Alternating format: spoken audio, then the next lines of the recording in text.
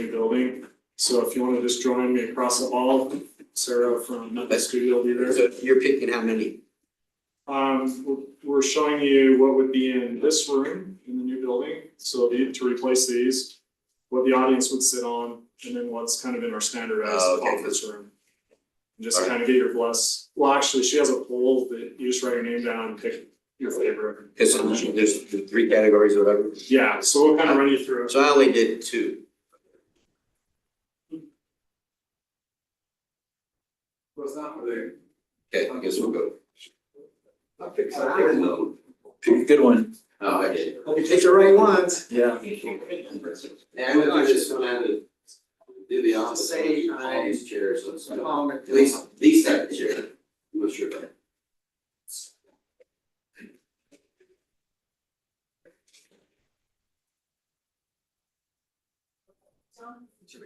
It's not really a choice for the council chambers chairs instead of.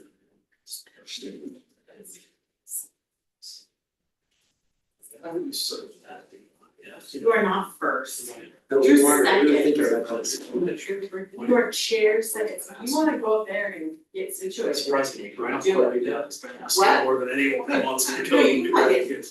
Because when they come back there, like say. I would recommend it. It's actually seen it though. If it's I'm liking the bow tie. Oh, thank you. And fun.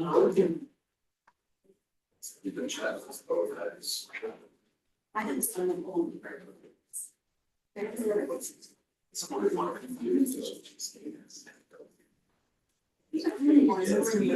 Bring it back. They're not satisfying just, I looked at the things that I'm getting fired. He did that. Yeah, he's having fun, yeah. Yeah. You got to see where it's made that. Yeah, who's he with? He's with somebody else. Yes. I I saw the previews recently. Oh, I was thrilled to see that because the first 2 have been. Oh, good. Oh, there it is. It's good. Just repeating. Also tried it. I started. Okay. I saw they re-released it at Christmas. Oh, it's like very clean. 2 days old. What are you talking about? Yeah, well, they re-released the Christmas version of it and it's the exact same thing, it's just clean. To show you if No. your Tom's on. What is that? Is it a show or a series? Superheroes. Do you have a new file or He's something? mine, There. Yeah. It's alright, I just go under. Is your file saved? There was that, there was Oh, this water. one, please. Don't really ask me. Freeze water, then. The next one's the exact- There's that. The second sensor. I thought, what I did. That one on the front. Now it's your turn.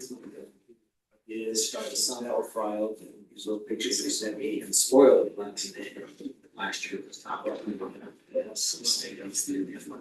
of us from that Marvel usually likes this, you know, this one, so. Yeah, but this one said 2026. Thank you. Yeah. Did you do it? You sit in the chair, yeah? Oh, yeah. You've already voted? Oh, yeah. Here's a quiz. It's a chair. It's a chair. How hard can it be for us? It was hard, you should have seen us. It's like the three bears. This one's too hard. Oh, this one's just right. You debated that. I can now. Well, you guys will be. So which one do you like the best? One of the 3. I like one was my favorite. So you chose. Maybe they shuffle. Great rear end seat. Those are the work session. Those are the, that's a comment on it. Those are the work session chairs. What? Those are the work session chairs. The ones we did were.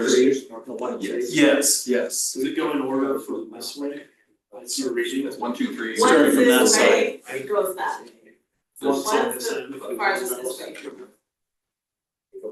So did you sign the sheet? And were there already a lot of signatures on it? We're very fresh. He was the I think our transfer. biggest debate was, well, that's great for your decisions that were made. Probably should use some of those chairs for all of them. Yeah. Yeah, like from any of the other. Like that's. Office chair. Yeah. Office chair and. Then the next one. Oh, the last one's like 1 and 3 are office chairs. Yeah. Yes, we said And we we should said- get these two. Yeah, we said. Right, there's so much Cause better. Yeah. and they said it wasn't that much. Who knows? I think so. Yeah. That's what they said. Is it's not that much cheaper. Which means. Third. There's a lot of hard decisions made in those chairs. I know, right? Brandon, I had a question, I was trying to find our. The one I find with the majors. I was trying to remember back. Yeah. You gave them. 500. Thanks, everybody. See You you. want me to email that to you? I think they have to leave that. Who's there? So as soon as she gets back, she went to go look, Oh, see yeah. if Tom was on. So she should be right back. I'll be forward. $1,500 for everything. I can, no, I find Well, it. said, he was there. He said, I just use. I was like, so here's the one. It was nothing to me, but. I need this much. Yeah. And maybe that's what it was, wasn't it? I think he was last, like he was. That's what you were doing, 2 places at once? Yeah, I think she probably. Long ago now. Yeah. Find the evil boss. Alright.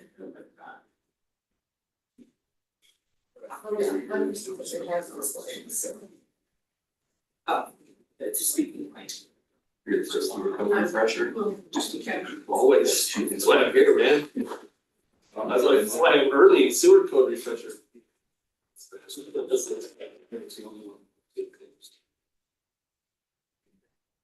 No, John and I just lost your name. Reed, Reed, I was gonna call you Ryan. It's like, Ryan, no. John and Reed both got two presentations. Yep, hard day. John's been longer, but he did bring friends. Reed's Didn't have all alone. friends. why am I? He's so man. Is he on? No. Whistle. It's a good weekend. I'm also. Here, getting from the screen again. I hope my Should son be will actually be street going board. to the No, I'm sure there's a great golf out there. So I mean, get there.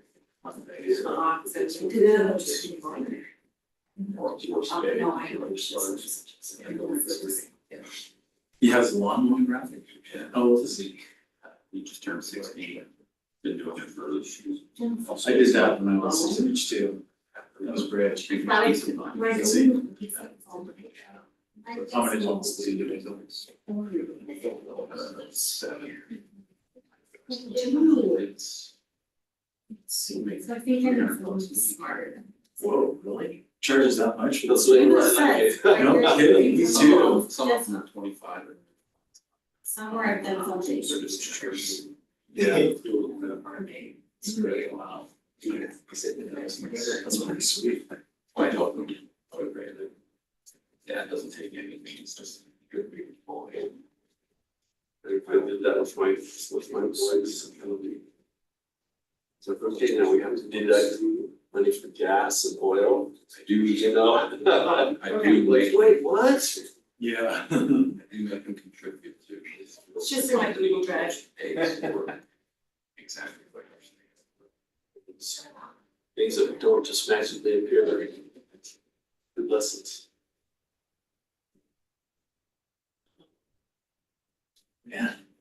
That's. $300, that's worth looking into, Steve. I'm You know, like, we could be wow. partners. Yeah. You be the brains, I'll be the. Starts with an LLC. I love that. I love doing that with kids. I'll tell you. It's great. Yeah, I don't know. I still like them. It's something that's immediately grabs everything. Everything comes to my phone. It seemed like they were aiming at 15 or more. Yeah. No. So I was, I think I it's remember that conversation. I do. I just wanted to make sure that we got those needs taken care of, if we had extra money. So like you said, it's It's not something that's.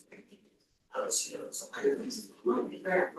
it's someone who's, they'll be like, oh, you're not crazy, or something, right? I can be like, oh, sweet. Instead it's all blonde, I think it's me. How was your weekend? Oh, It's good. It was, sorry, I watched. Do anything fun besides the more of the activity? When I played around in golf, played pickleball, I played tennis. Whoa, Yes. an active weekend. It was an active. Yes. My son that lives in St. George, and I was supposed to count this like day. So. Did it all in. Um. That was it. That's great. So he's the one you did all the scene with then? Well, him and then, so their siblings would became a big family. He's the one that likes to. It's good to party. So, I don't know if we were, well, just gonna. Do all the stuff. Getting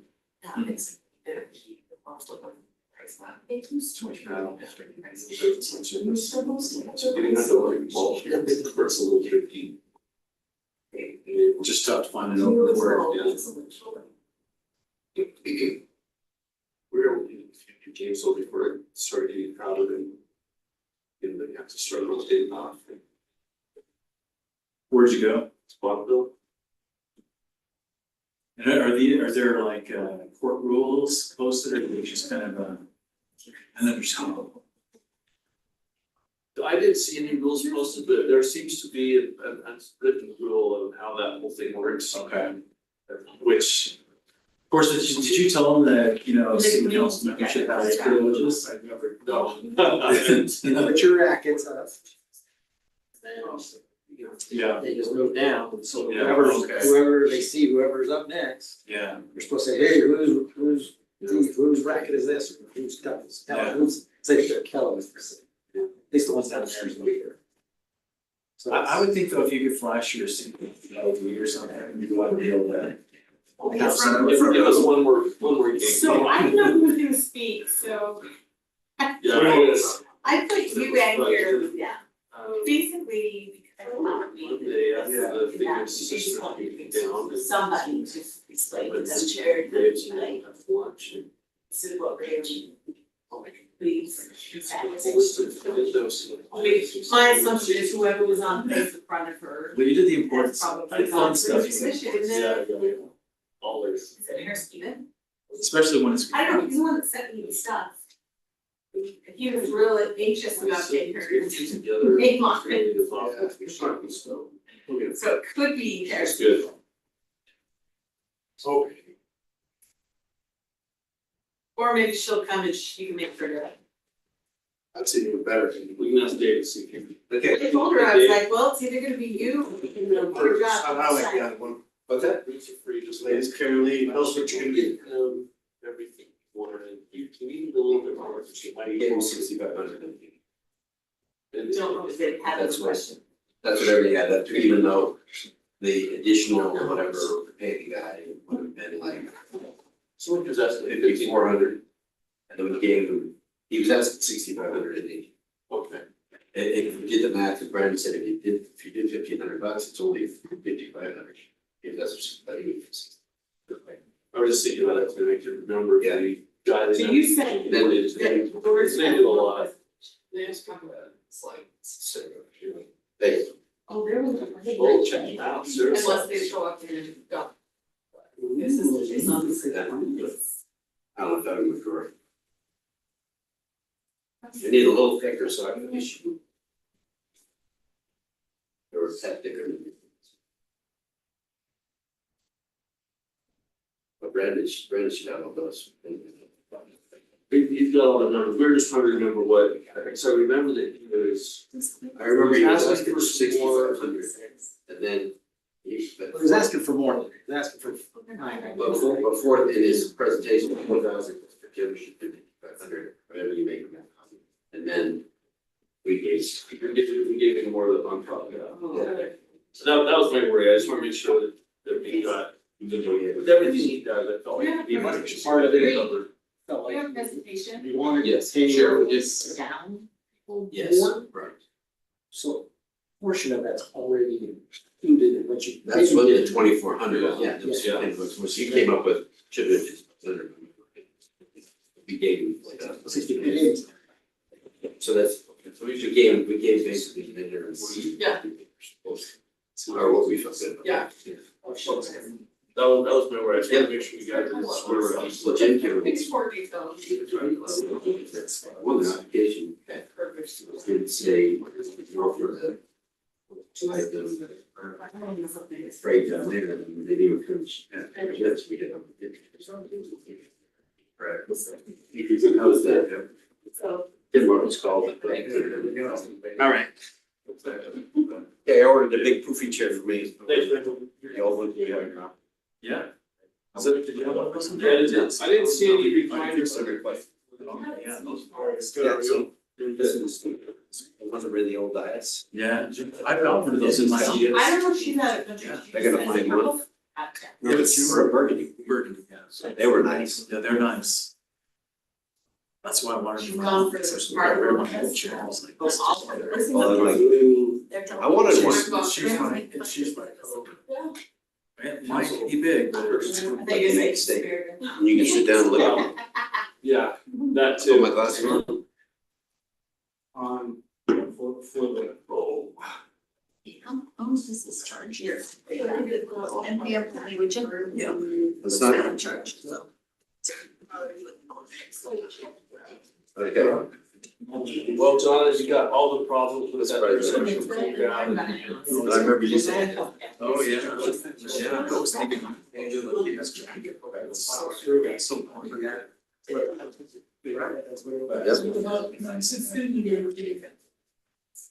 You say all this cool in there? All right. Chief, thanks for sending that. Well, we got a lot of presentations. Helpful information, 7,500 emails I received about cats. That was very How helpful. to work that. Yeah, thank you. Just saying. Thank you, Rochester. Oh. We got a lot of emails, they're all the exact same. Somebody Yeah. saw Copy and paste. That was awesome. Best in the state. That's a Gas and Gas. Yeah, HR. with gas and. Parks and Rec. Yeah. Awesome. Yeah. You don't wanna know my true feelings about cats. I would have to sign, I don't think- sign in every time. Oh, You have really? to sign in every Cats time. that I was killed. Yeah. So I really. The nemesis. You signed it the I was first there. thing, the second one up. Well, just the community board, community. Wherever you are, just one log now. Did you ask about that? I thought you were in. I will. It's timing is, yes. It's beyond me today. My sister. It was like, Repeated. I don't know what to do. And then it was still. Farm there. Did you get your light in it? Oh, it's voice here. It's gonna be a farm. Cause it's interesting now, I see thunders on. Salt Lake. Yeah. Yeah. Typically not. You can So get, after- you can create some, you can get like That's some what- some Facebook or something. So that is you can get. Yeah, my stress. Just don't say my guy, just don't say it from my mouth. Oh, it's not, I'm saying, I like cats, where other people are. But she's.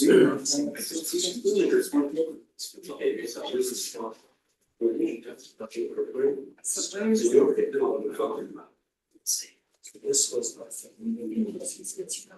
Christmas. I think she, it was in the attached. Well, there was an actual one, so I think she summarized it. So maybe she not said it actually. Everybody's holding it, but the one that was supposed to be held by Dad is sitting on the couch going, why are you holding me? What's going on there? You got one injury? Very supportive. Sports injury? How old are you now? Yeah, no. I was Perfect.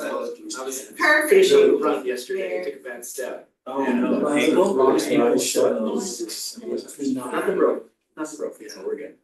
Was this like a trail running thing or just on the street? Yeah, just coming. Oh, man. Oh, yeah. Okay. So where your ankle hurts. Now I gotta gear up next I used to have no guy in basketball, there was some shit. You get those in there and everything. Not go there. You run a little bit. So you hiked up and ran up to Octomom? How far up you go? Just the Actually, we were gonna go. Okay. Yeah, it's a good little hike. Huh? Yes. Was there a lot of people there, probably? It was cool to see that. It's nice. nice. I went up there and traveled raised high school. Yeah. But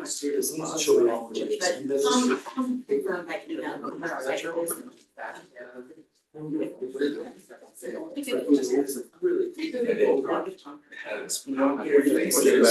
the city council chair was chair. I want the big poopy one. So you, I mean, you basically. Chief Rodeo's, like, you're like. And so it's right there, so like. He's got one of those. Is it too short? Oh, no. But they said different, if they don't do that, we can do one. And then All right. entire, I think. We would like to welcome everyone. Everyone participated in the chair testing Yes, and had some definite opinions, absolutely, as always. yes, But we'll move forward okay, with what the group wants, as always. that's on one side note. And yeah, just as a recap, the Memorial Day program yesterday was really good, really turned out nice. And we had a great crowd, so we did a good job of getting a lot bigger group than normal, so. You must have had sunblock on. You don't look like the burner. Oh, I don't, it takes a lot to burn me. Really? Yeah. Yeah, look at the person under the umbrella. They was bright red. That's why I was saying that. It was, Plus my it arms was are. before I sat down, that's what One happened. side. Yeah. I was supposed to pick up this. So, That was good. anyway, there was a great program, a great event and lots of people there.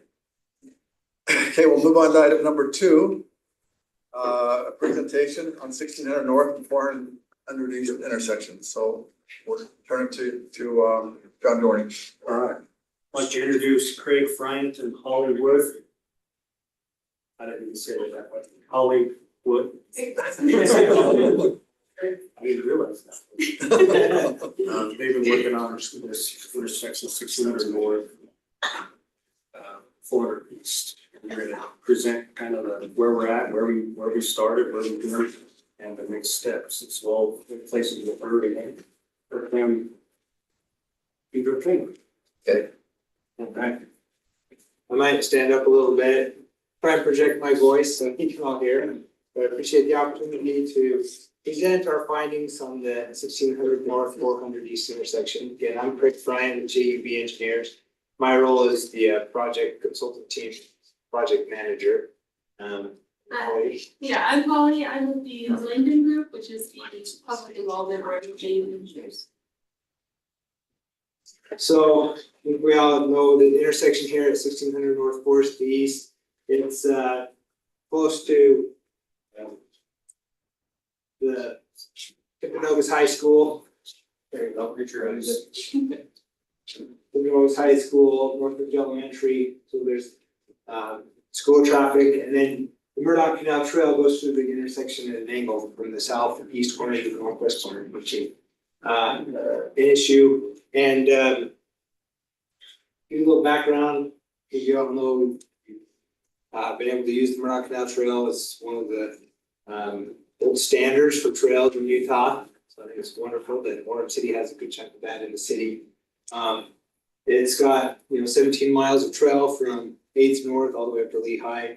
It does have 11 grade separated crossings. So this intersection, when the Murdoch Canal Trail went in, grade separated crossing was considered, but for various reasons, was not installed at that time. It's constructed the way it is now. But there's, as you know, there's some compliance issues. So that was kind of the purpose of this, was to identify solutions to improve the compliance to the traffic laws and pedestrian safety as they cross through the intersection. There's not a lot, we pulled the traffic accident data. There wasn't a lot of accidents, as you might think. But I think the city is doing a wonderful job of being proactive at this intersection to find solutions to get ahead of any future accidents. So this is play this. The compliance study was done, and some video was taken of how the trail users traverse through the intersection. You can see, doesn't matter if they have a green light or not. Travel through the intersection, which is, you can tell like I said, I'm surprised there's not more accidents after I've seen this video, but because of little bit lower traffic volumes so far. No deaths. There has been one serious injury. Red light runner Right there. All right.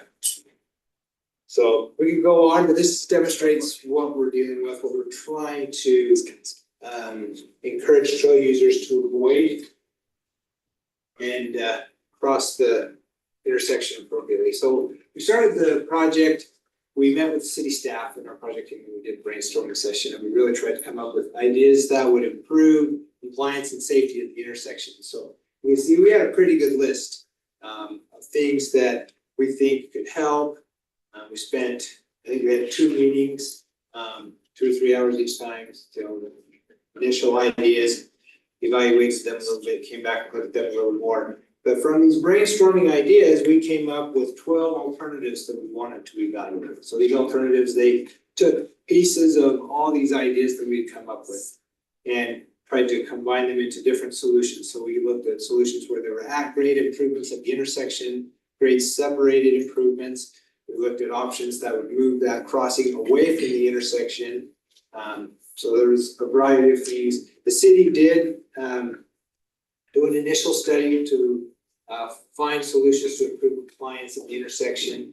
They wanted to look at a roundabout, so a funding application, project application was submitted to Mountain Land Association of Governments and accepted. So before any of that was implemented, the city wanted to look at the intersection and see if indeed that was the best solution, if there was something that would work better for the intersection to improve compliance.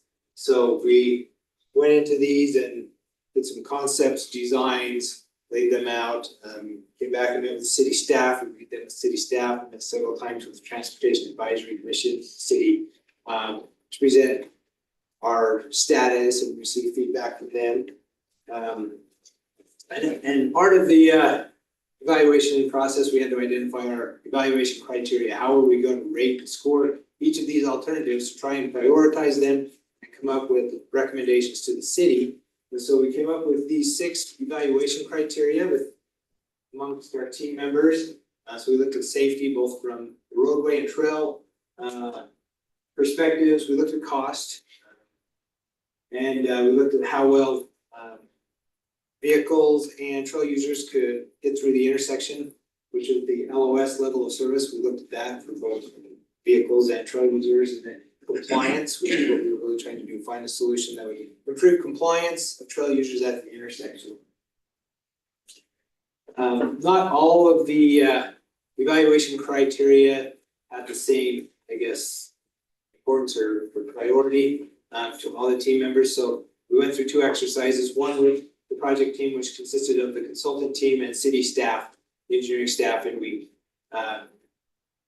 applied a weighting score to each of the criteria to identify which ones we felt was the most critical.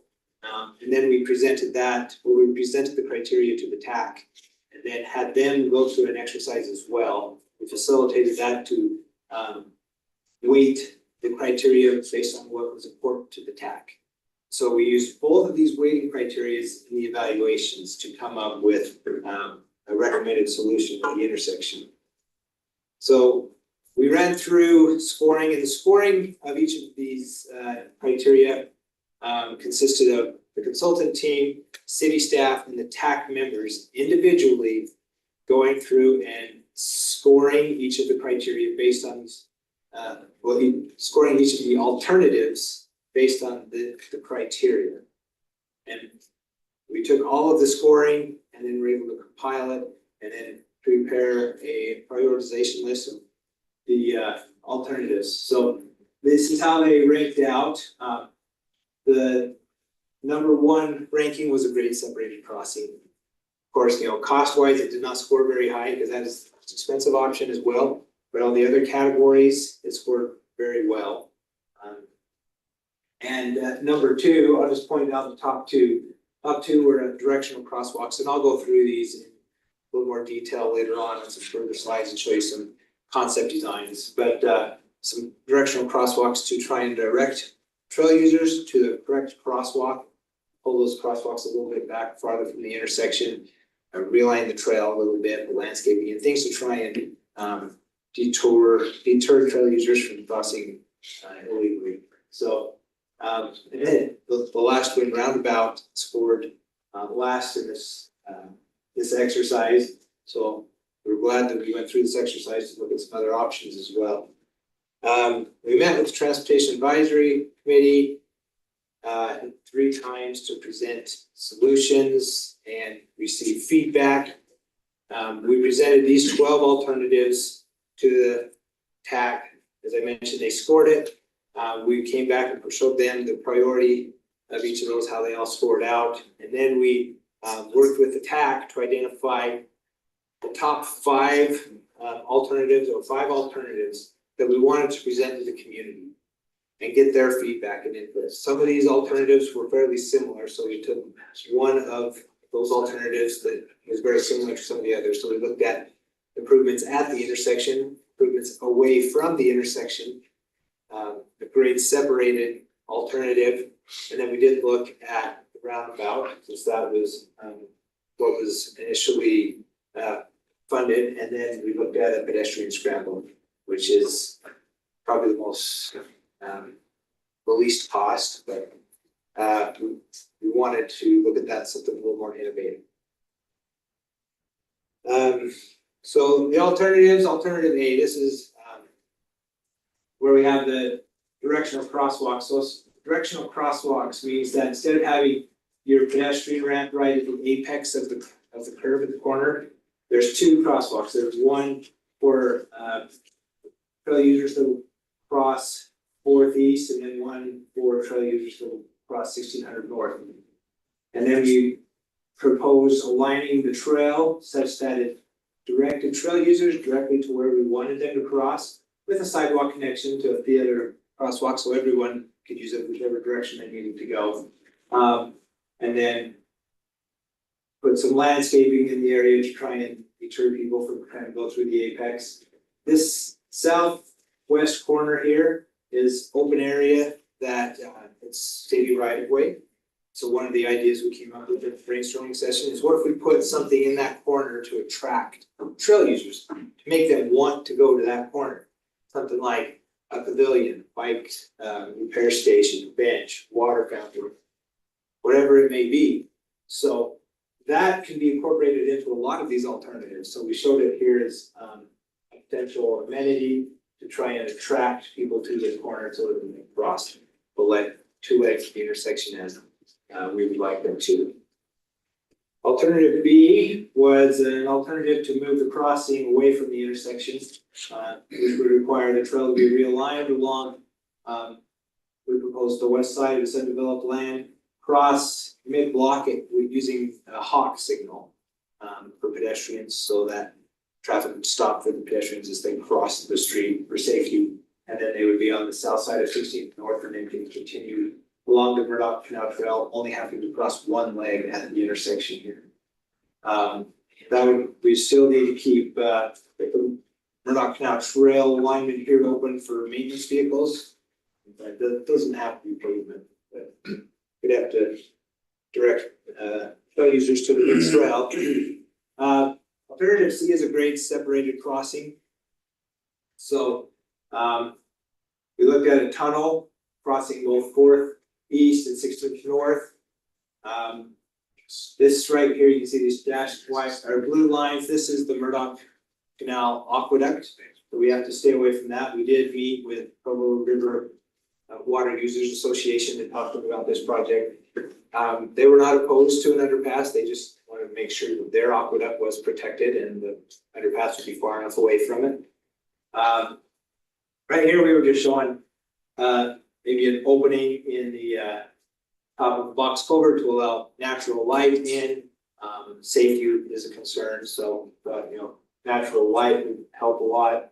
Having a straight shot through here, we didn't want to bend in there. That was feedback we got as well. So if somebody comes up to the underpass, they can stand at one end and see all the way through to see if there's something in there, somebody in there. If they didn't feel safe, they could come up and actually, we would have a sidewalk connection here, come up to the intersection. They can cross the intersection if they wish. But safety was something that we had worked with.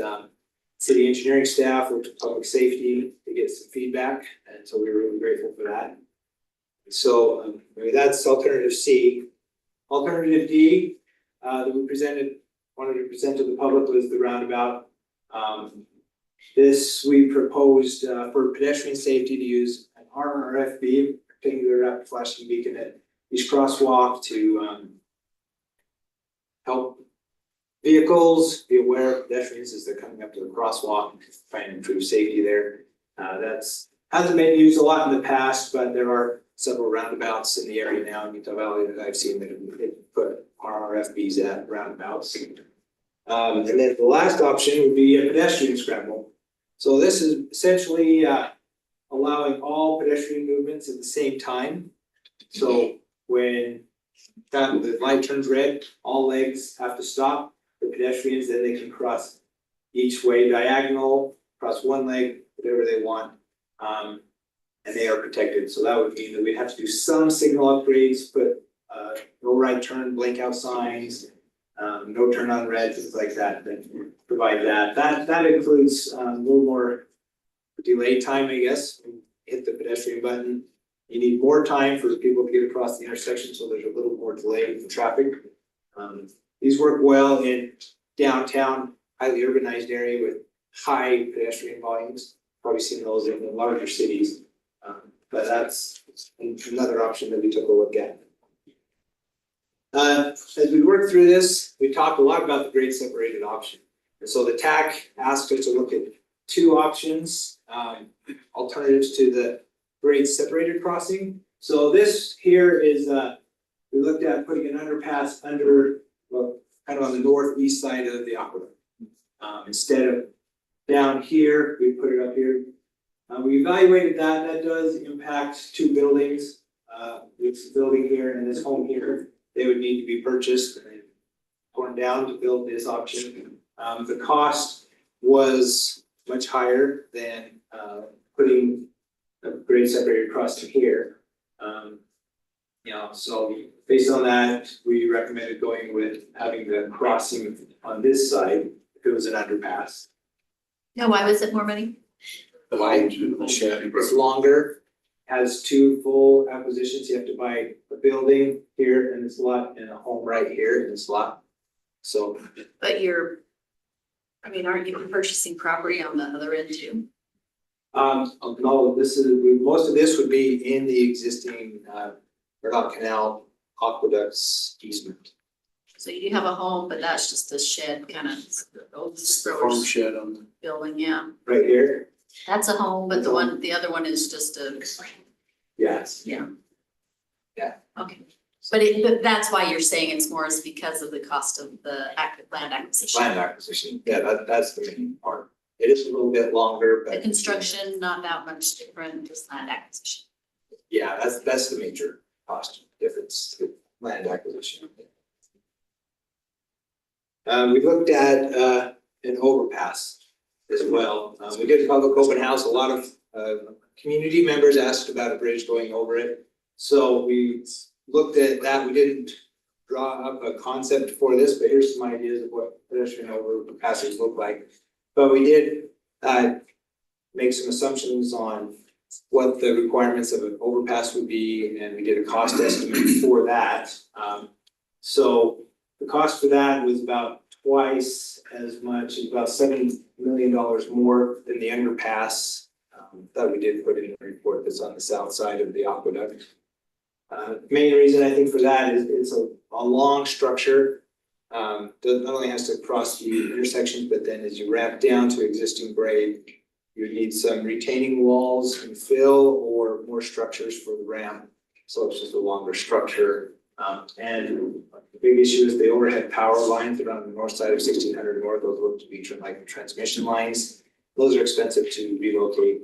So a lot of those things added up. So we've been working on some similar bridges, overpasses on some other projects around Utah. So we had some data that we can pull from other similar projects. So from that meeting at the high school, so was that the number one option that people said yay? The underpass? No, the overpass. No. Because the underpass, the tunnel, Yeah. to me was a concern was the safety, Mhm. because it's so long and it's dark and, I don't know if it's a good. Yeah, there's a lot of community members But that. I mean, people I talked to, I thought they thought the bridge was number one, even though not taking in consideration the cost. But just the people I spoke with when I was there. Yeah. Is it better to say grade separation was probably the favorite? Yeah, you wanna say grade Whether it's separation, above whether or it's, below whether the grade it's, yeah. separation. Okay, Maybe that's better, but I don't remember there being a bridge option. There wasn't a bridge option that we presented to the public because we heard a lot of that message in the open house. So really after the open house, we went back and we said, okay, we heard a lot about bridges. Let's do a cost estimate and see if that works out. So we did the cost estimate. Like I said, it was twice. I mean, we're the king of grants, so let's. Well, that's probably because at Yeah, the meeting, for people sure. were talking about a bridge, can we do a bridge? But you're saying that wasn't something you presented, not one of, you came back and figured that one out. Yeah, yeah, Okay, yeah. awesome. We got a lot of feedback, which was great. That was. it's still on the table though. Bridge is still on the table. I just, I mean, the tunnel, I mean, safety wise, if somebody, got attacked or raped or whatever, that's not a good situation, right? So we need to avoid that at all costs, so. When we looked at that, there were some safety options that you talked about, mentioned, public safety, and everything about this. Part of that is making sure it's lighted. Lighting is a big deal with your safety, having long straight tunnels, so before somebody actually enters the tunnel, they can look and see if there's somebody in the tunnel or at the other end of the tunnel. Putting the opening in the middle of it so that if somebody's in the middle of the tunnel, people up on top of the intersection could look down and see what's going on. Things like that. We looked at that, but I think like Ryan said, grade separated is an option, so. Either one, I think that we probably need to do, we'll make the more further detailed analysis. To see what kind of grade separation you do. Yeah, next step would be to determine some concepts and see what's feasible Sure. and look for funding opportunities. Okay. But I'm jumping ahead, so. Yeah. How much longer would the tunnel be? So there's another tunnel on 8th East at about 1200, 1300 North, just west of the cemetery. This would obviously be longer, but in having an estimate of how much longer would it be 25 or 50% longer than the one that's already there? I don't, well, off the top of my head, but we do have that in our concept designs. So I can, after the survey, I can get the length of that. I would say it goes about 50% longer. We can pull that up here, you can take a look at it. If I may, can we also get like a list from you of other projects around that you've been a part of signing so that we can compare and contrast costs and looks? Yeah. Yeah. Yeah, there's a lot we've worked on, there's a lot around the state that others have worked on, so yeah, we can take a look at some of those. Yeah. We'll put time to holidays to talk more about public outreach, the open house, the feedback we got from the public, so we're doing this. Okay. Yeah, so we did a survey at the open house, as mentioned. to gather feedback from the public on this study. So this is a picture of some lawn signs that we had printed and posted. They were at the intersection and then along the trail as you come to the intersection. And then we also sent out postcard invitations to all the residents within a half-mile radius of the intersection. And then City of Orem also posted on their social media channels about the open house survey. And we held the open house at the high school, and some of you were there, which is a good location since it's very close to the intersection. We had 111 people attend, and then we received 29 written comments at the open house, which is in addition to survey responses. So for each alternative, we provided as much information as we could to the public so they could be as informed as possible as they were giving us our feedback.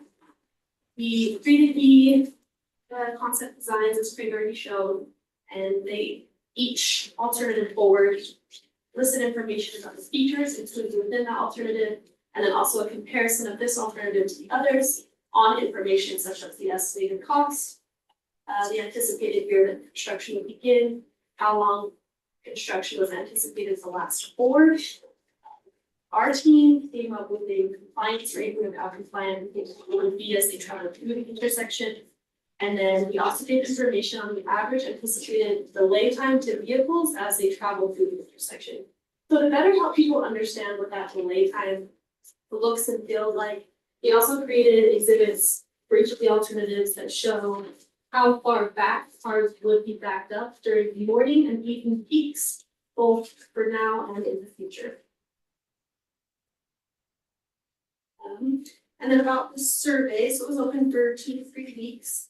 Had 16 questions that focused on people's use of the intersection and the trail now, and then also listed specific feedback on each of the alternatives. And overall, we received 518 total responses to the survey.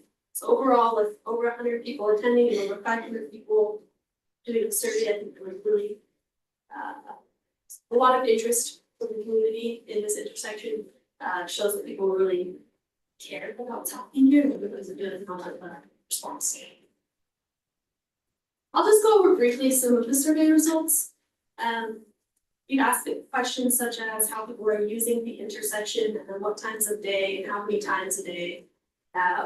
Overall, it's information that you probably could have guessed. People are using it all sorts of purposes: walking, biking, driving, rollerblading, skateboarding, anything you can think of to get from the intersection they're using. And then it's pretty much getting used all day long.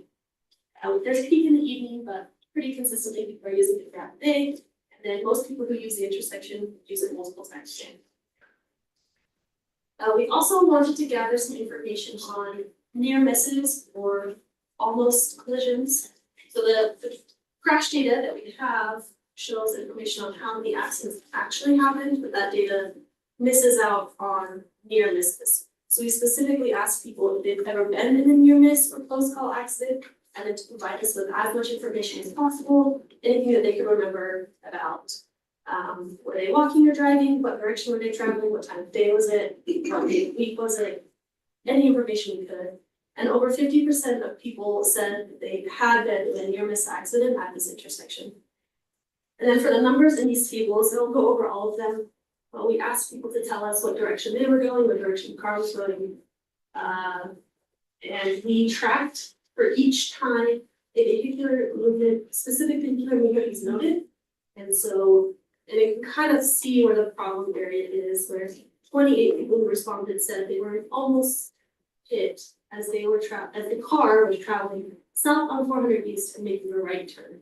So it's kind of highlight that the problem area of the intersection. So in both of those cases, there turns onto 1600 North, right? 4th East, if you're turning right, that means you're going south on 1600. Yeah. And the first one, you're traveling on 1600 and you're traveling east, that's the highest one too, when you're turning off 1600 at 4. Is that right? Yeah. Right turn, that top one, you're traveling east on 1600 North? You're going, you're traveling and right east on 1600 turn on to 400. Right turn. Okay. Yeah.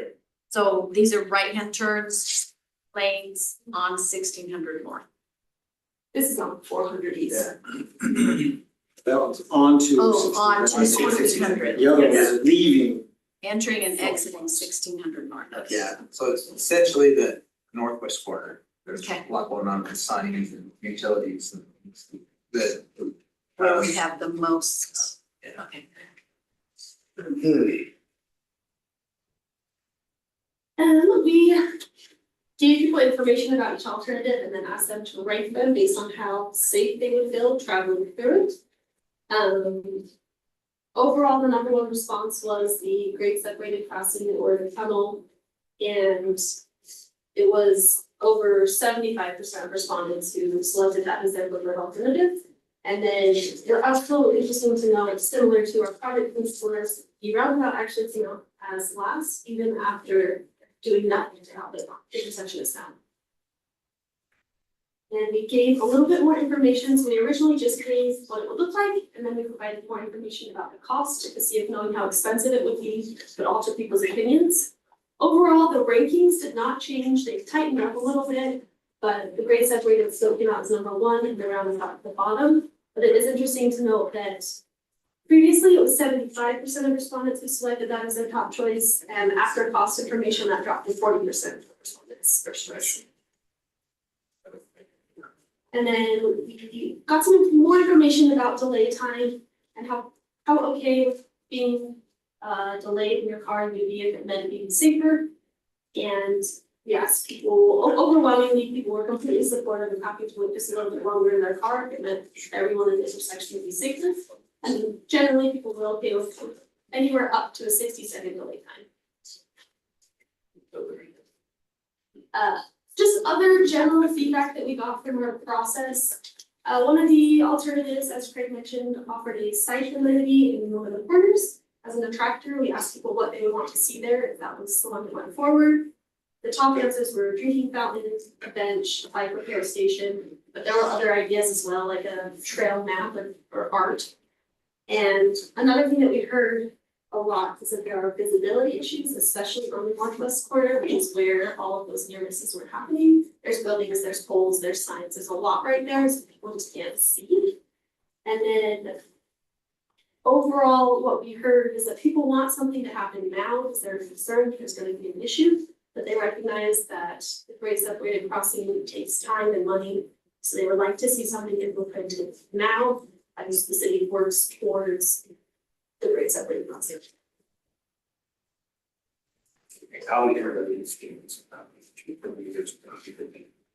Okay. So John, how we measure the crossing distance from 8th North, what this would be, or 8th East, yeah, excuse me, 8th East. 8th East crossing is what it say about. Just under 100 feet. 100 feet. And then our crossing would be about 220 minus the center opening, but that's still part of the traffic, so it's almost, it's double. So 220 for the full length with a break of 20 feet in the middle or something? Yeah, something like that. And then what did you say the 8th East was? About 100 feet. 96 feet, but that's, Google Earth measurement, Okay. you get the magnitude. Yeah. It's at least double.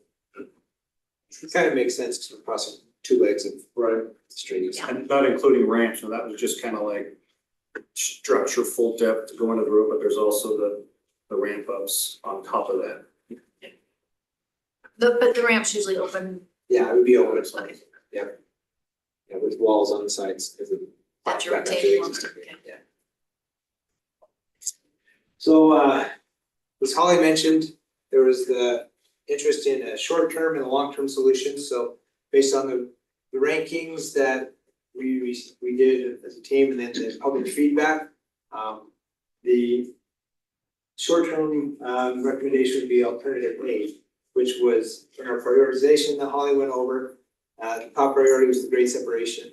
The next one was alternative A. So alternative A is an at-grade intersection, at-grade improvements that I talked about a little bit early, but the separated directional crosswalks. If you seen like any recent UDOT projects at an intersection, UDOT's putting these type of crosswalks in now instead of the apex. But what this does is we can pull that crossing a little bit further from the intersection. Don't want to get too far, but a little bit, just to make a clear distinction of where they need to cross. We recommend some realignments of the trail so that the trail does direct users to the crosswalk. We suggested the south and west legs of the intersection, but the sidewalk connections to the other ramps as well, so that users can actually access any corner of the intersection that they want. We suggested some landscaping along the trail, especially kind of landscape barrier to prevent people from crossing through the apex of that corner. Decorate the trail, make it aesthetically pleasing, and then side amenities we talked about. It's another option, and a tractor to try and get trail users to want to go to that corner. Ollie talked a little bit about the queue lanes and how this would affect traffic. So we pulled up one for alternative A. So the red lines here shows how far traffic would be backed up in the evening, and the blue is the morning. So 2023, we can see blue on the, I guess, the east leg for westbound traffic. It backs up a little bit here in the morning.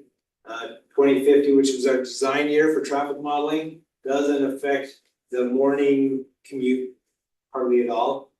The biggest effect is the evening commute and the backup at the intersection. It was about 570 feet in 2023, the existing, or as of today, that's kind of what we're seeing now. In 2050, with this alternative, it would increase to 700 feet. So you can see it go past this intersection here in the evening peak hour. So that's kind of the impacts we'd see on queuing, delay. We talked a little bit about delay. So we need to build a bridge before 2050, so. I'm just joking, you don't have to respond. Actually, that's a good segue. That's a very good segue, to tell you the truth. Maybe we should, Our long-term solution. maybe we should put a retail strip along the 700. There you go. Yeah, there you go. Let's make some money. There you go. They're there anyway. But no, by 2050, the long-term solution that we suggested is the grade separated crossing. So, yeah, so the short term would be in the next 10 years or so to address that. The issues at the intersection. The long term would be let's find a solution for a long grade separated crossing, because we talked about, this shows the underpass, but it's talked about, we looked at an overpass, a bridge crossing here, or an underpass over here. This is the alternative alignment right there. So those are all on the table. We looked at the most cost effective option is this one, but based on community input and where the city would like to go, an overpass would be fine too. So here's a little bit of information, alternative C. So these are how it would affect traffic backing up for alternatives B, C, and E. So B is moving the intersection, or the crossing away from the northeast intersection. There's a grade separated crossing and pedestrian scramble. So these don't really have a huge impact at the intersection, so it doesn't really affect traffic operations in your queue lanes. But what does that mean exactly? You said 500 feet, 2023, 700 feet, 2050. Oh, yeah. But what does that mean? That means, how frequently are cars stacked up that far? so that'd be rush hour in the evening. So every time there's a light, you're Can gonna you be make stacked it up through the 500 feet? light? Yeah, so that, when the light, the way it is now, there is some backing up of the traffic.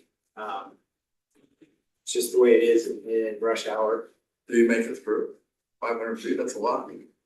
It probably takes you a couple cycles to get through. That's existing, the top map that you're experiencing now. Yeah, The red line. yeah, so. So that would make a case for a bridge sooner than later, right? I mean, what did your first solution do to that 500 feet? This is existing condition, so existing condition is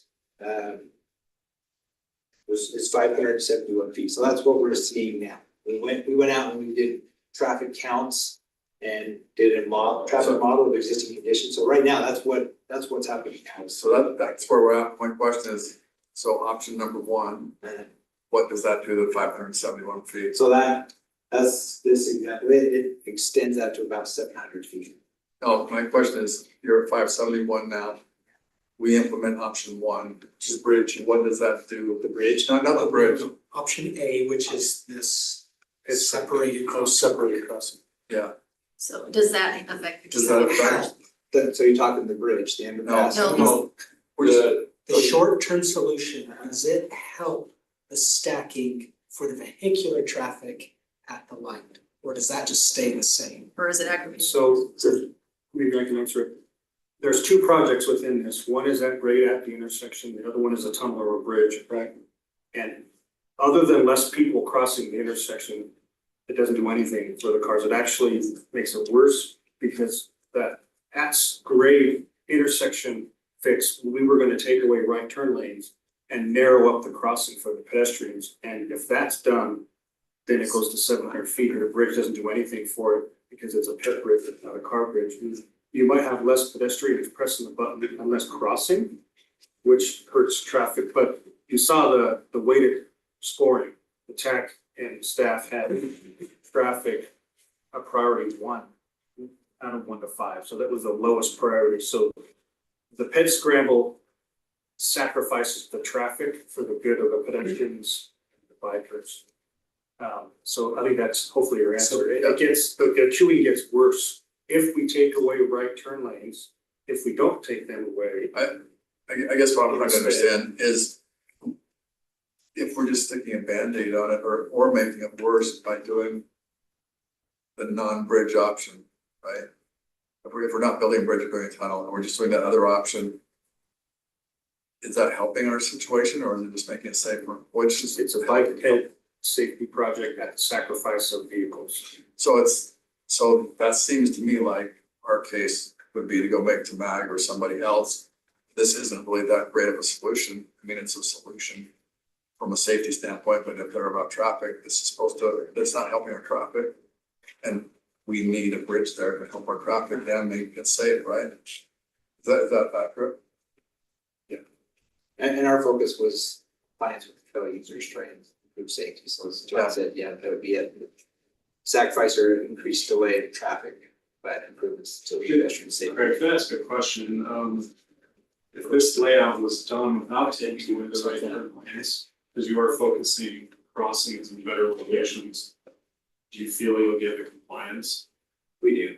But that was one of the options we looked at, both removing the right turn lanes and keeping them in. The reason we looked at removing the right turn lanes is that when we looked at the level of service at the intersection with maintaining the right turn lanes for these options and taking them away, right turn lanes for to stay in place, the intersection operates at about a level of service B, which is very good.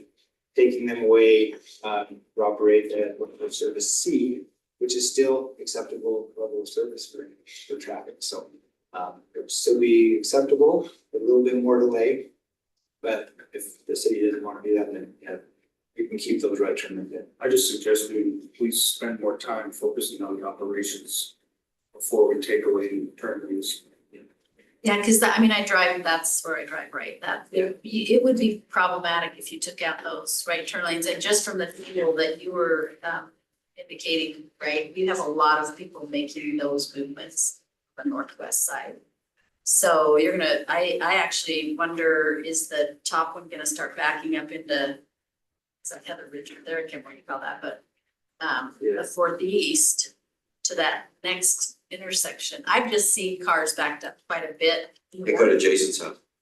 Yeah, well, that's a little farther south, but I agree. I concur with I think you need those right-hand turn lanes, plus the high school, you got some juvenile drivers, they're young adult, whatever, drivers there that get impatient. We can't eliminate the right turn. Yeah, I think that would be a little problematic for traffic and then frustrated drivers. So you're saying you think you can keep those? Based on our traffic models and traffic we saw there last year when we did the traffic count. Yeah, it would affect the traffic, there would be more delay, but what we're saying is it's a level of service C, which is still an acceptable level of delay. But yeah, it would increase delay getting to the intersection, but we did look at an option where we kept those in place. And could still do alternative A, maintain those right turns, but like, maybe take, before you decide if those come out, do a little bit more traffic analysis. And without getting too technical, level of service doesn't represent the queue length very well. And so the queue length and level of service are loosely tied. So we might get a little good level of service, but the queue length is unacceptable. And so I think you just look at it closer and come back and decide, but. Cause I think on, what is that, 8 South, on the west side, 8 South State, they took out the right-hand turn lane there. And yeah, it's kind of frustrating and problematic. So how much cost would it be to do the option A? I mean, if ultimately we'd like to see a bridge or a tunnel. What's the cost to do an option A? And does the city pay for that or is that? That's so alternate. Maybe it was 1 to 2 million. Yeah, 2 million. About 2 million? Yeah. That would be cheaper though, you don't take those lanes out, right? They're gonna affect the curb and gutter, Correct. so it'd be significantly cheaper. Yeah. So the question for us is, if we have a decent shot at trying to get a tunnel or a bridge, save the 2 million, or if it's gonna be put way out there, but it seems to me like, you know, our most timely option would be, I mean, figure out exactly where we're at on this thing, but then we'll lobby hardcore to see if we have much of a chance of getting a tunnel or a bridge funding from outside. Does option A set you up? Show me the bridge again, does that line you up with the bridge? Once you train people to do this, is the bridge gonna be a easy transition? I think it would, because it would be a significant change. So I don't think it would be very likely the trail users would get mixed up. Because the actual crossing would, you know, when you start mapping up to the bridge or down to the tunnel, it'd be several, maybe 100 feet or so. I can't remember how much it would be, but quite a ways back from the intersection when you start doing that. Whereas on alternative A, it's at the intersection.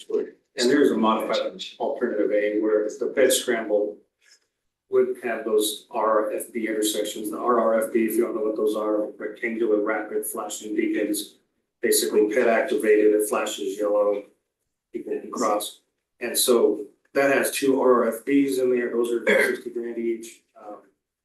If we did a ped scramble, instead of the true option A, and it wouldn't be in the way, and it wouldn't be throwaway. This is not the roundabout, but this is an exhibit of what that was. Do they have to push the button farther up the trail, or is it censored? No, they had to push the button as they got to the Once you get there. intersection.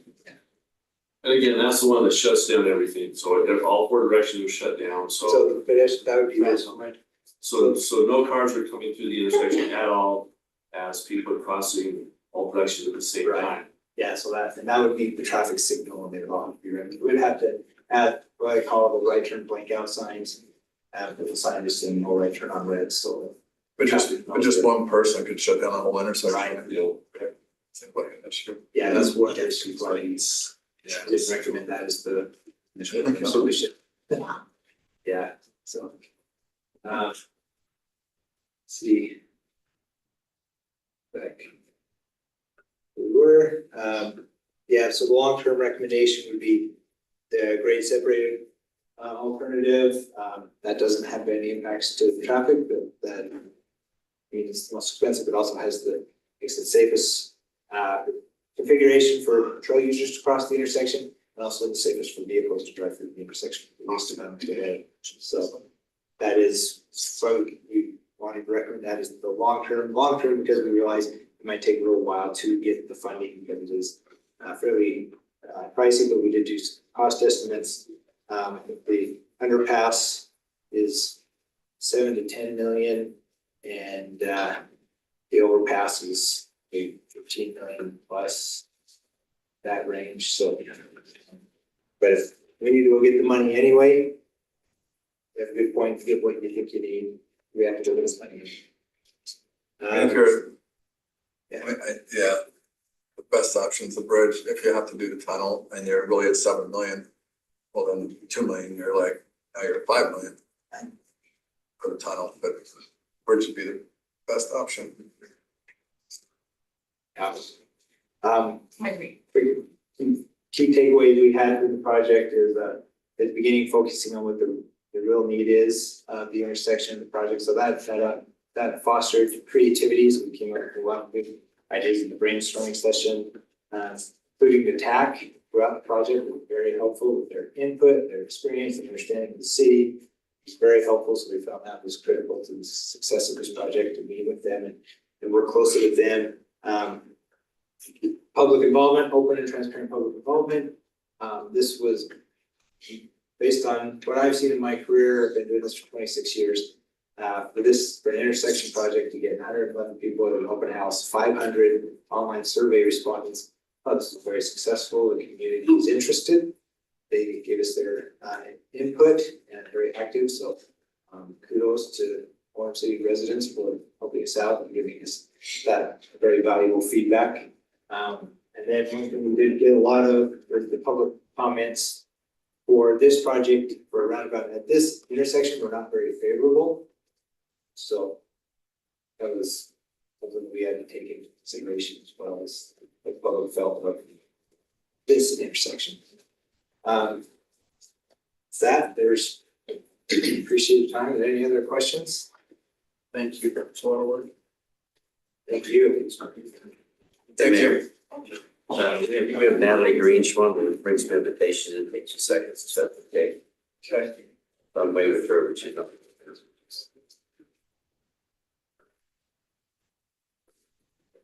Okay, and here's Natalie Green. Miss Orem. Miss Orem. There's Natalie.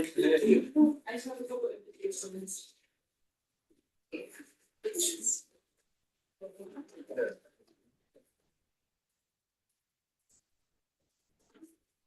Natalie, we appreciate your service to representing Orem and wish you luck at the Miss Utah. Thank you so much. Thank you. Thank you guys. Is that it? Thank you. Yeah. Okay, Thank you. thank you. Thank you. So can I just read this? So this is a Miss Utah send off for Natalie Green. 8 p.m. May 31st at Library Hall. So, yay, for her, huh? What is that? May 31st. I'll have We have the dinner. your calendars. We have the dinner, What time's our? 6 to 8. But We could run. where's that? Library Hall. Dinner? The dinner's. Dinner's at Oh, the you got it. Canyon Park. Yeah, yeah. I think building Q, I think another, where's the one? I'm gonna introduce some standing. Sure. Take this to item 3, I guess they get to do that. Yes. Item number 3, 1600 North Widening Project Design. John Dorian. Switching to 1600 North, about 8 blocks west where we were just talking. We have UDOT here, we have Diego Carroll. He's a monument engineering, we'll let him introduce everything else, but basically, we'll let him talk. You'll have a lot of questions. Okay, so Diego Carroll, I'm a consultant, but on this project, I'm working as UDOT, as the project manager. And then there's a separate team that's actually doing the design. This is Eric Rasband. Go ahead.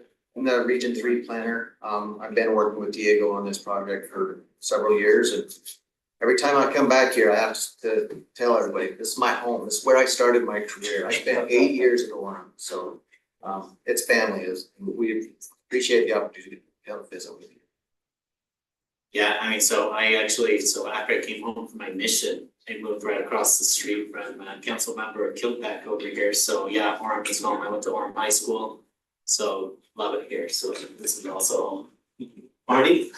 Yeah, Marty AC. I worked with a consultant group, WCG. We're doing the design and also the public outreach, and I am the public engagement manager for the project. So I've been doing some outreach with mostly the residents that are along the corridor and some of the businesses as well, and look forward to working with you as we get this project moved further down the line. So we're just gonna give you about 5-minute background and then just really focus on your questions, if that's okay. Before we start though, do we need to give you background on the jurisdictional transfer or any of the history on this corridor? Or can we skip that? We can skip it, right? Okay. We can skip that. All right, so our project is widening 1600 north from 1200 west and to State Street. So that we can provide a 5-lane cross section all the way from I-15 to State Street. 5-lane cross section meaning 2 travel lanes in each direction and then a 2-way left turn lane. We are also providing bike lanes along the entire length of the corridor. And I'm just gonna kind of pan through from west, 1200 west here to State Street. So you can kind of see what we're doing and then we can kind of move around a little bit. We're generally widening to the south. And when we get to 800 west, we are providing, you can see these homes down here are full acquisitions. We can come back and talk a little bit about that. When we get to 800 west, we widen to the south a little bit more so that we can accommodate a shared driveway for these homes that are gonna remain with access directly to 1600 north. So we'll continue through, you can see kind of, hopefully you can kind of see this is about 22 feet. So wide enough for these residents to get in and out of their homes.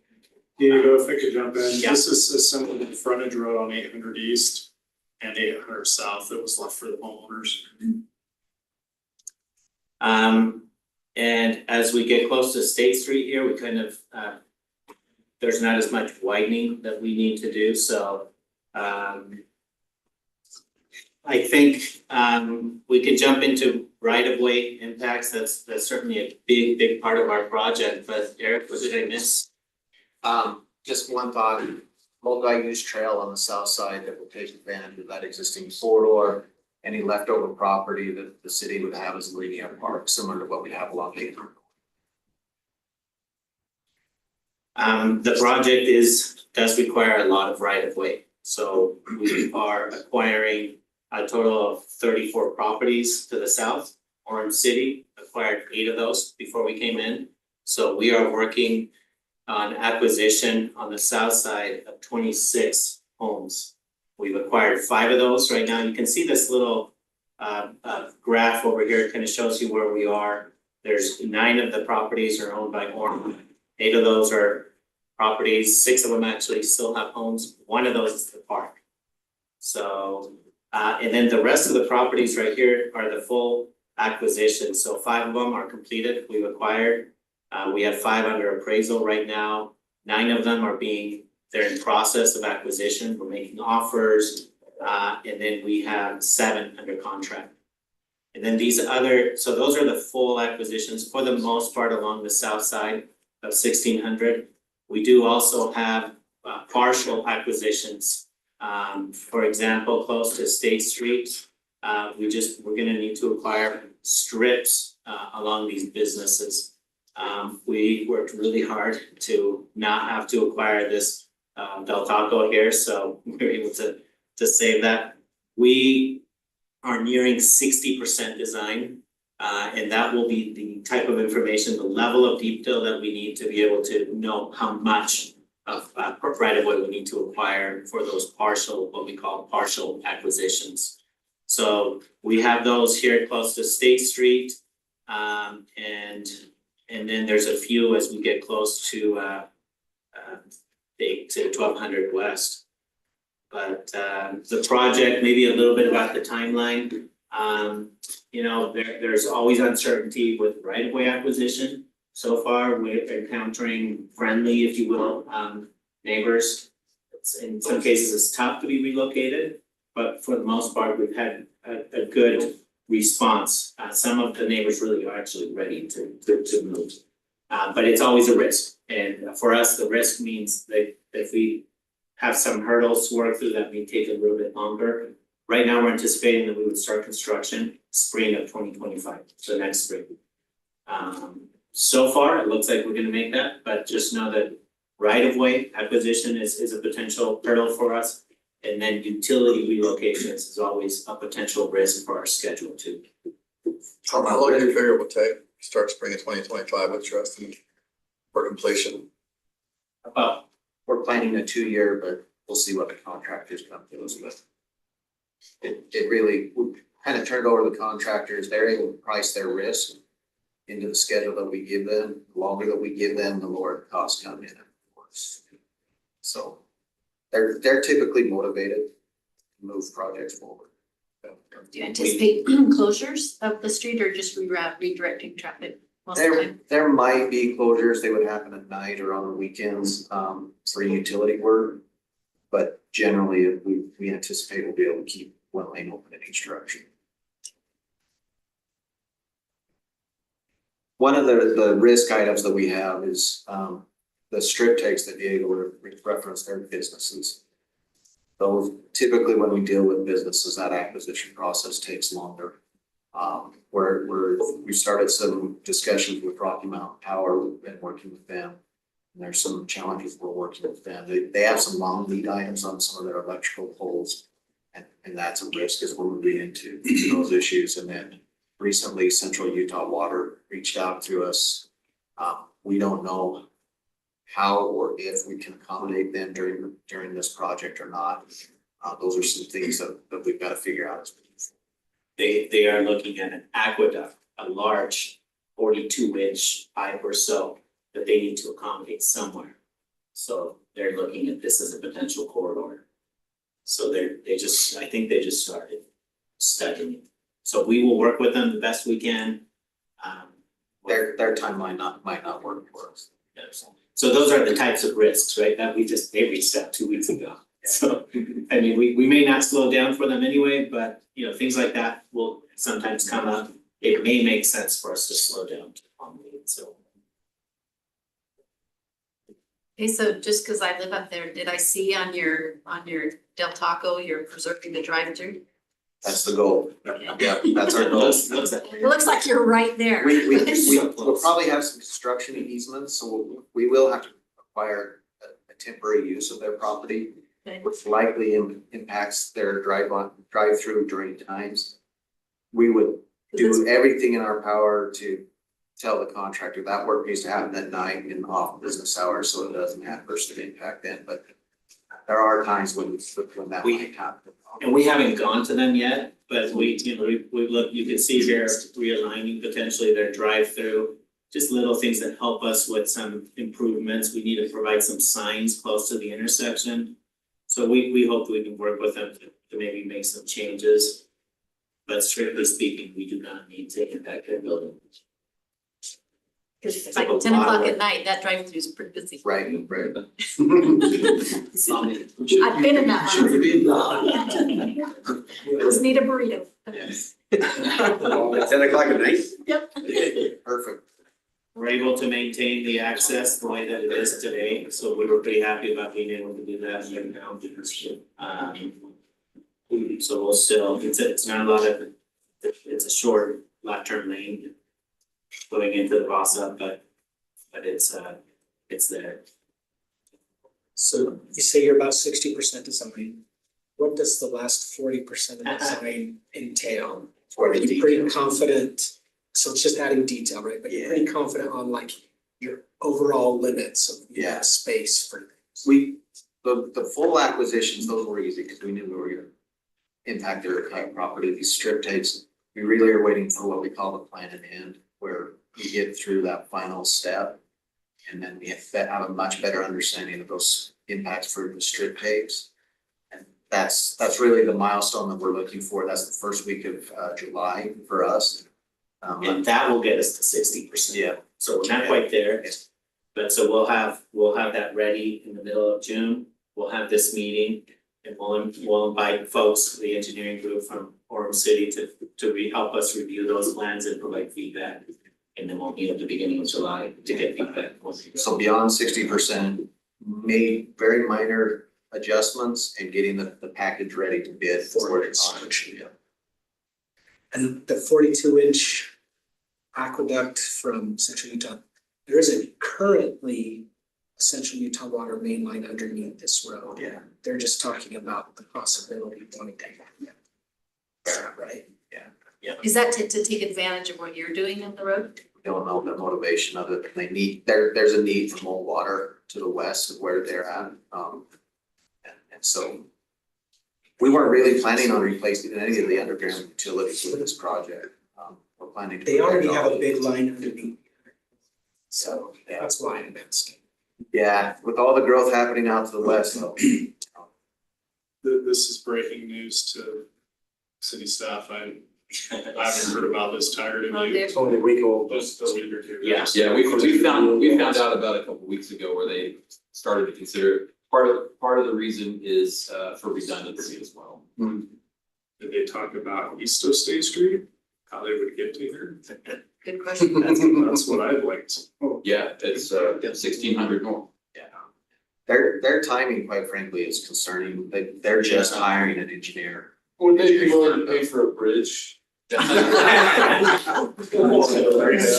that was awesome. Good conversation.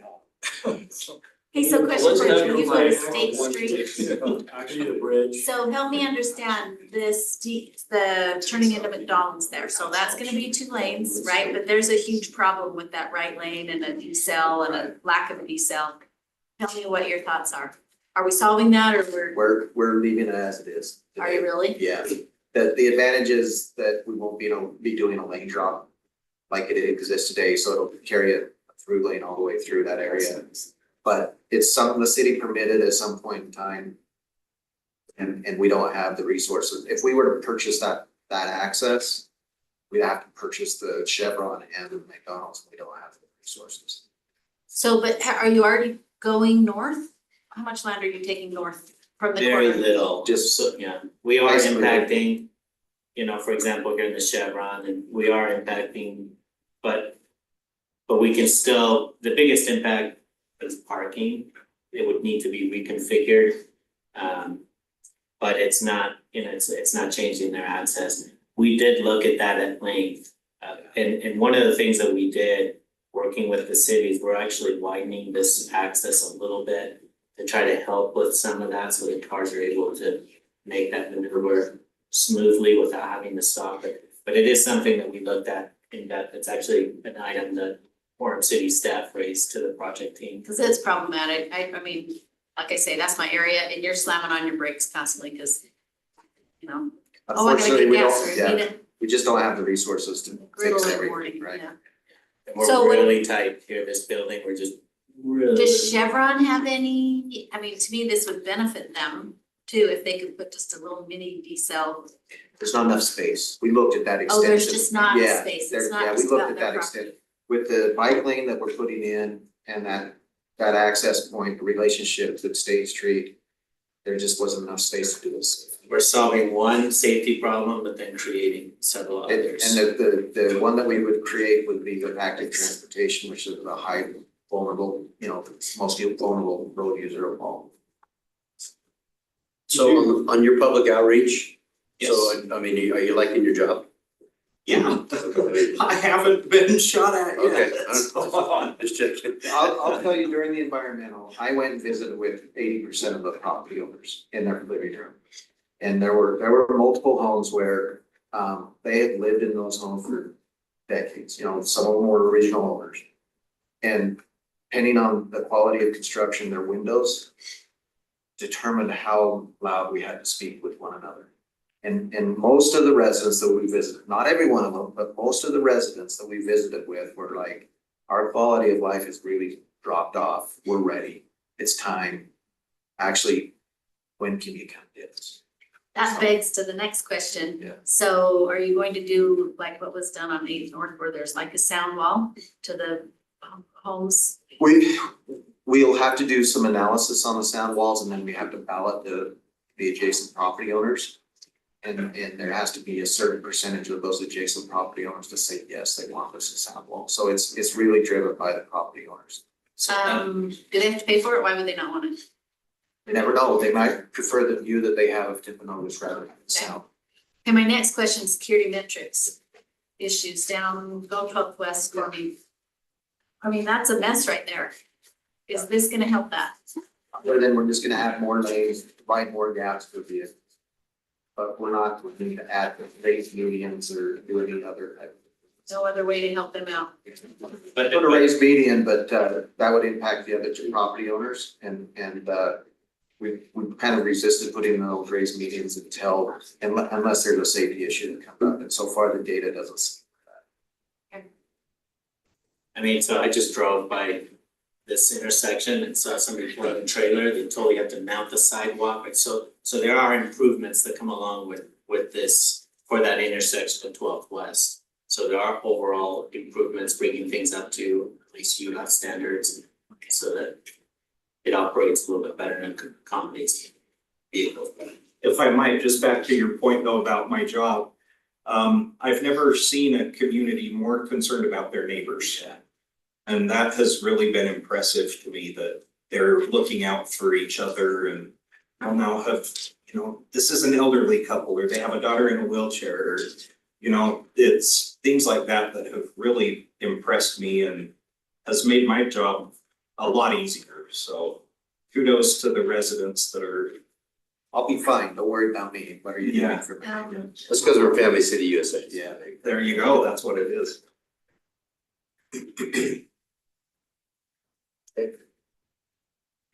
Good information.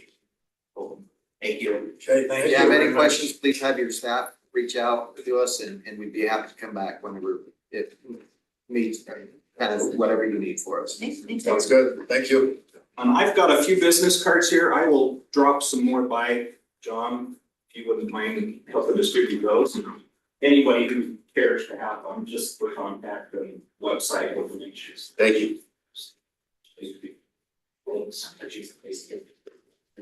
Always good to see you. Thank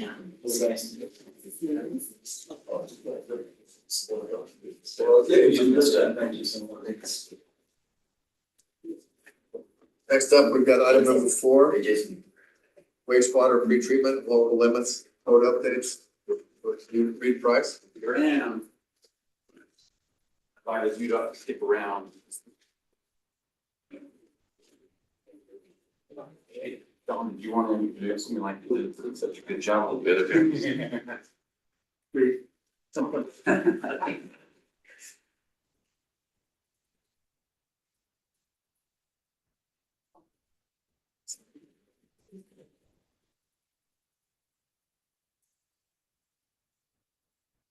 All right, Mayor and Council, I'm coming to you as kind of a refresher. We've talked about these issues in the past, so it's a refresher for most of you. Mr. Kilpack, this will be relatively new to you.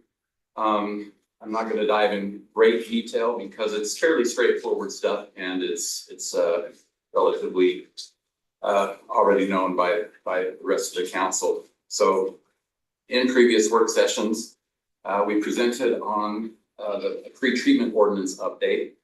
Currently, the pre-treatment section in our code is in chapter 20. And as staff, we recommended that we take it out of chapter 20 and put it into chapter 11. It's fairly straightforward, no huge changes in that regard. Part of that is also to update our local limits. And the subsequent slide will talk about exactly what pre-treatment and local limits are. I also presented an update to the water reclamation code several months ago in chapter 20, and there's some recommended changes that I'll review with you. Nothing that's very substantive. It was mostly just an opportunity for us to go through and do a good scrubbing of the language and remove any references to gender and to be a little broader in that respect. So as we presented those, these were endorsed by the city council when they were presented. And so as I stated, this is just to review it one more time before adoption in a general session. So first of all, let's talk about pre-treatment. Pre-treatment is a federally required program. And what it does is it regulates different industrial users with the idea of protecting a municipality's wastewater treatment plant. pre-treatment, treat it before it gets there. So if you don't put it in, we don't have to take it out. That's the purpose of our pre-treatment program. This was developed nearly 30 years ago, so it's an effort that we've been undertaking for quite some time. The ordinance itself is patterned after an ordinance that the state developed, and we kind of mirror that for the most part. And it's the new update simplifies our reporting process to them. Changes to the pre-treatment ordinances should not adversely affect businesses at all. Now, local limits, which is part of pre-treatment, this is required by federal code. And what it does is it defines the amount of pollutants that are allowed in a wastewater discharge by certain industrial and commercial users. So if you look at pollutants that are concerning to us, we can figure out how much our treatment plant can handle, how much can it treat. Then we identify the significant industrial users and say, okay, we can handle so many tons of this pollutant. You guys need to split it up amongst yourself, and so each one's allowed a certain amount of pollutants to be discharged. And if they exceed that amount, then we would surcharge them for that. But I should say before that, we would work with them to try to figure out how they can decrease those pollutant levels. By having this in place, the local limits, it protects our workers, it protects our infrastructure, our pipelines, the treatment plant itself. So it's important to have these local limits. And we're supposed to evaluate our local limits every 5 years or so. Again, these local limits should not adversely affect businesses.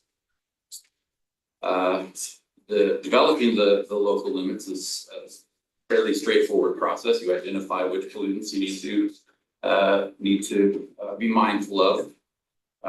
The federal government requires certain ones we can go above and beyond if we're concerned or see pending limits coming from them or from the state. So you determine those pollutants, you get samples from the businesses. You run an analysis from the business as well as from the treatment plant so you can see how much you have coming in, what you have going out, what the removal rate is, and then you can calculate how much our treatment facility can handle. Then, as I stated before, you divide that amount amongst the industrial users. So this is a list of the EPA's national pollutants of concern: arsenic, cadmium, chromium, copper, cyanide, lead, mercury, and molybdenum, nickel, selenium, silver, zinc, BOD, TSS, and ammonia. So these are the main ones that the EPA is concerned with. We also monitor pH. If there's pH is too low, it can be corrosive to our collection system. Phosphorus, as you know, is a fertilizer. It has recently, in the past decade, which is a short period of time, believe it or not, the state has decreased the level of phosphorus that we can discharge. So we monitor for that, as well as aluminum and phenols. This list shows the current local limits on the left here, and then proposed local limit. You can see the aluminum. We currently allow 83 milligrams per liter. That's dropping to 74.91.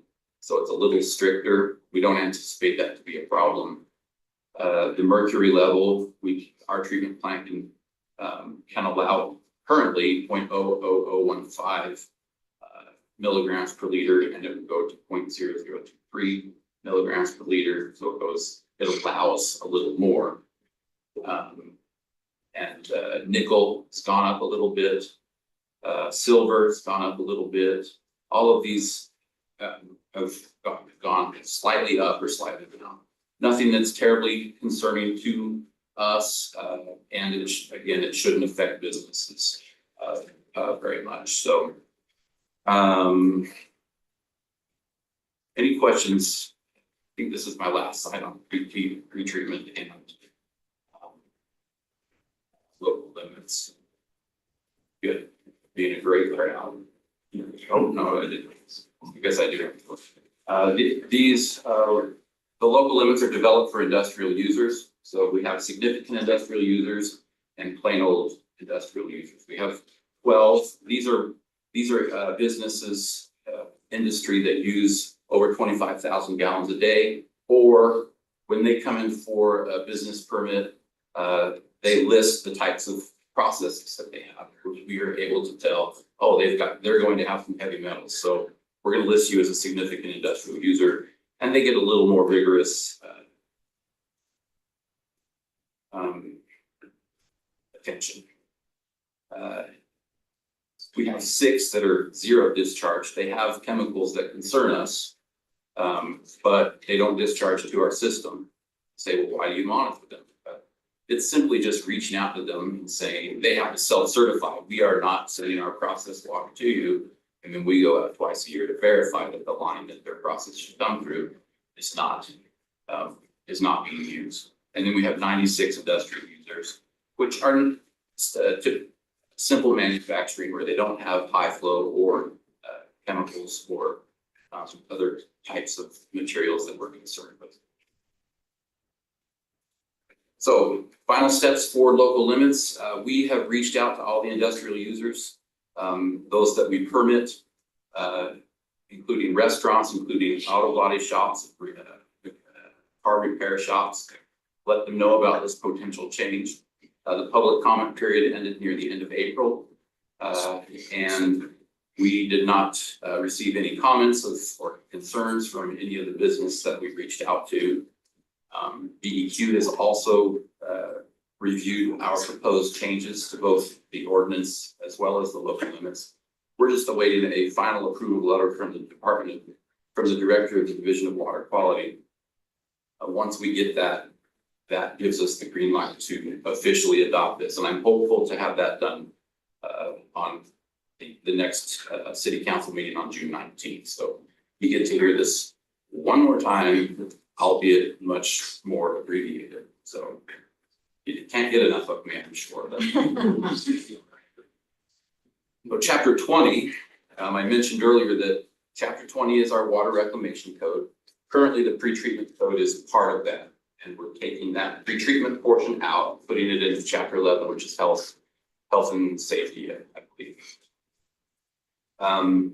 So with chapter 20, we've just got some general housekeeping. We're updating some definitions and standardizing on correct terminology. Mentioned we're removing the pretreatment regulations and putting them into chapter 11. By doing so, this places DWQ oversight on the pretreatment program only. So that there was, would they look at other aspects of our code? Probably not, but this just makes it a little better that pretreatment is something that they regulate. Other actions that we take in sewer code, in our sewer code, is not something that we want them meddling in. So if pretreatment is part of chapter 20, perhaps they could meddle in stuff that we don't want them to. So it's more of a just to keep ourselves safe. It also defines sewer requirements for our accessory dwelling units. Any accessory dwelling unit that's a separate building on a building lot needs to have its own meter and sewer connection rather than running through an existing home's connection to the sewer. So that's new construction going forward, I guess. Correct. What's changing? Discharging flushable wipes is specifically prohibited. You've probably all seen the fantastic video that Pete and his group put together about flushable wipes and the problems that they cause. So this is specifically prohibiting them. Will we be policing that? No. But if there's a backup that we can trace back to a particular home, then we could take action. DNA testing. Yeah. DNA testing. That's right. No. It also provides requirements for acceptance of a private sewer main, public ownership. It also clarifies the fats, oils, and grease, which is the main component that regulates restaurants and auto shops. So the next steps for for this process is to have it approved in the general session on June 19th, along with the pre-treatment code. And I'll be working with our attorney's office to make sure that we've got all the paperwork in place. You do have access to the revised to the revised code language in the packet that Teresa provides. Thank you. So that's what I've got for this presentation. You have one more, so stay on the edge of your seats. But if you have any questions specifically about pretreatment program, changes, or the sewer code update, I'm happy to answer them.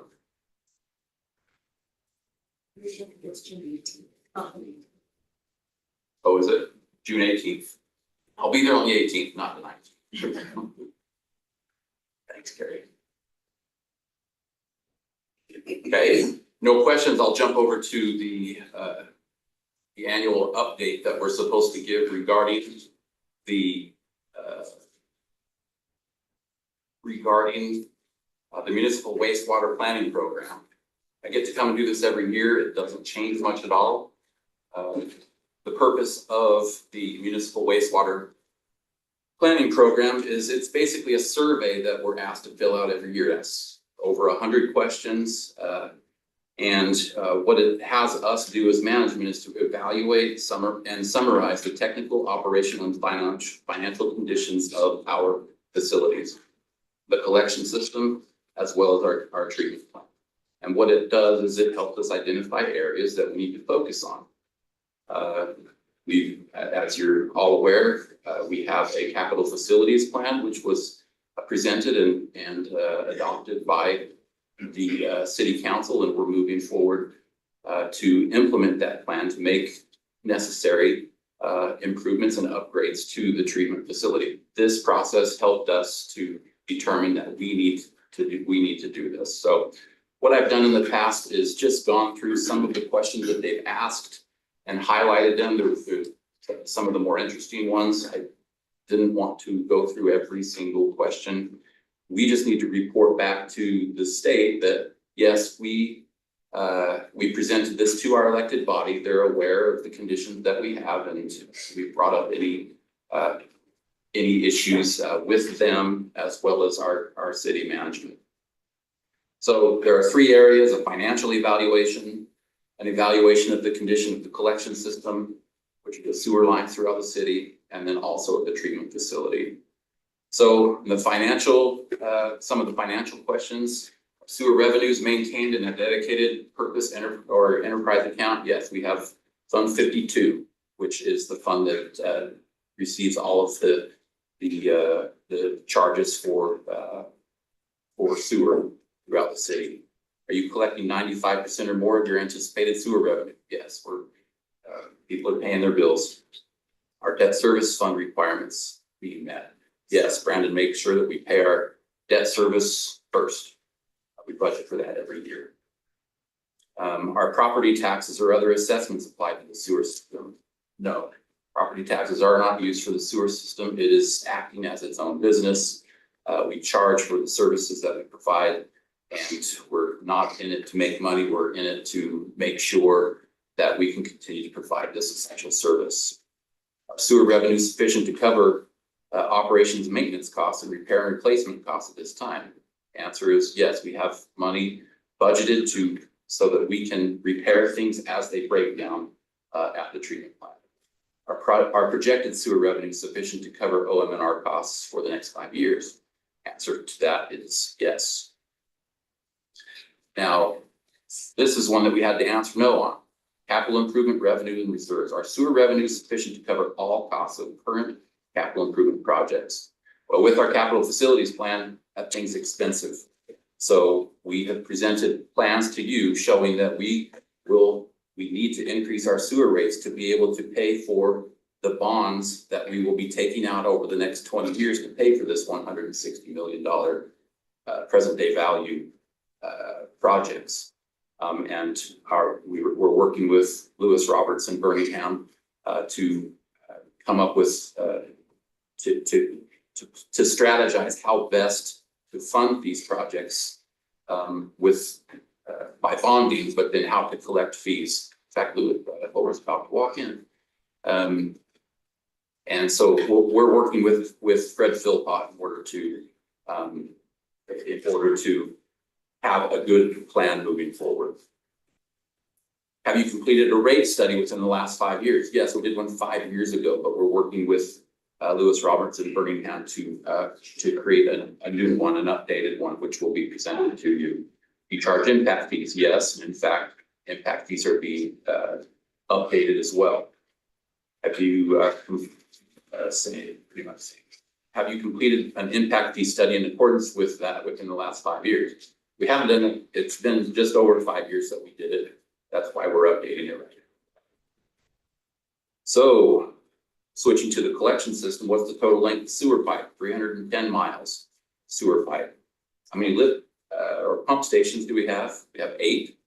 Another one coming online in the next month. Discharges, how many days last year was there a sewer bypass or overflow, basement flooding in the system due to rain or snow melt? 0. We don't have a combined system, so this would be very rare. Combined systems are used mostly out east. However, how many days was there a sewage bypass overflow or basement flooding due to equipment failure? And the answer to that is 2.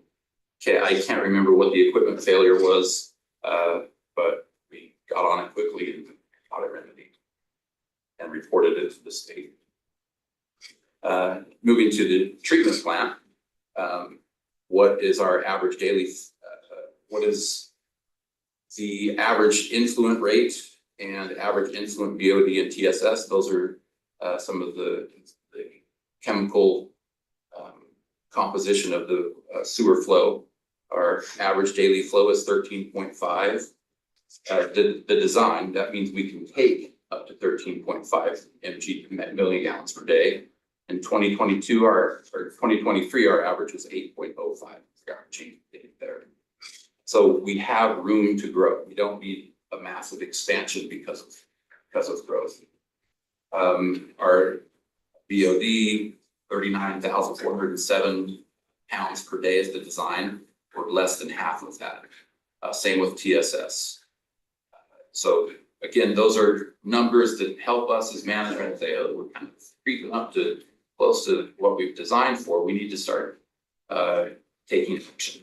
We don't need to take drastic action to expand the facility, is what this is saying.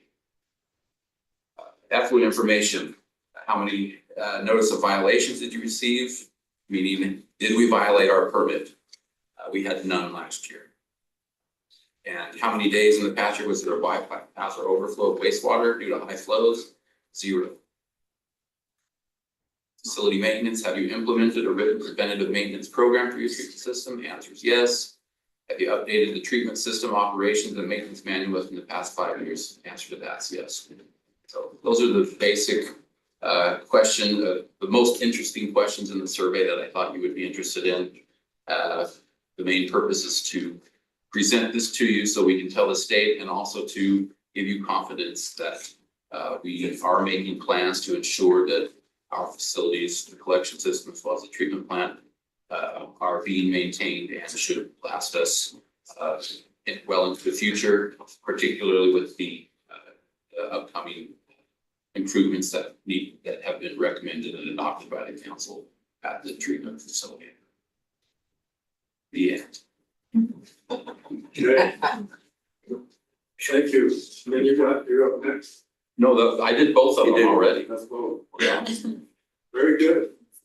Get you back on pretty much on schedule. Like I always say, you're the group that we really don't want to have much contact with. We just want you to run smoothly. Thank you for doing that. That's our goal. We're not gonna do. We're happy. Okay, thank you. Thanks, I'll Rick. see you on June 18th. You can come to 19th. It'll be kind of slim pickings. Thanks, Rick. All right, well, thank you. You bet. We'll follow that up with one find out today with Jenica Jones, Strategic and Innovation Division Manager.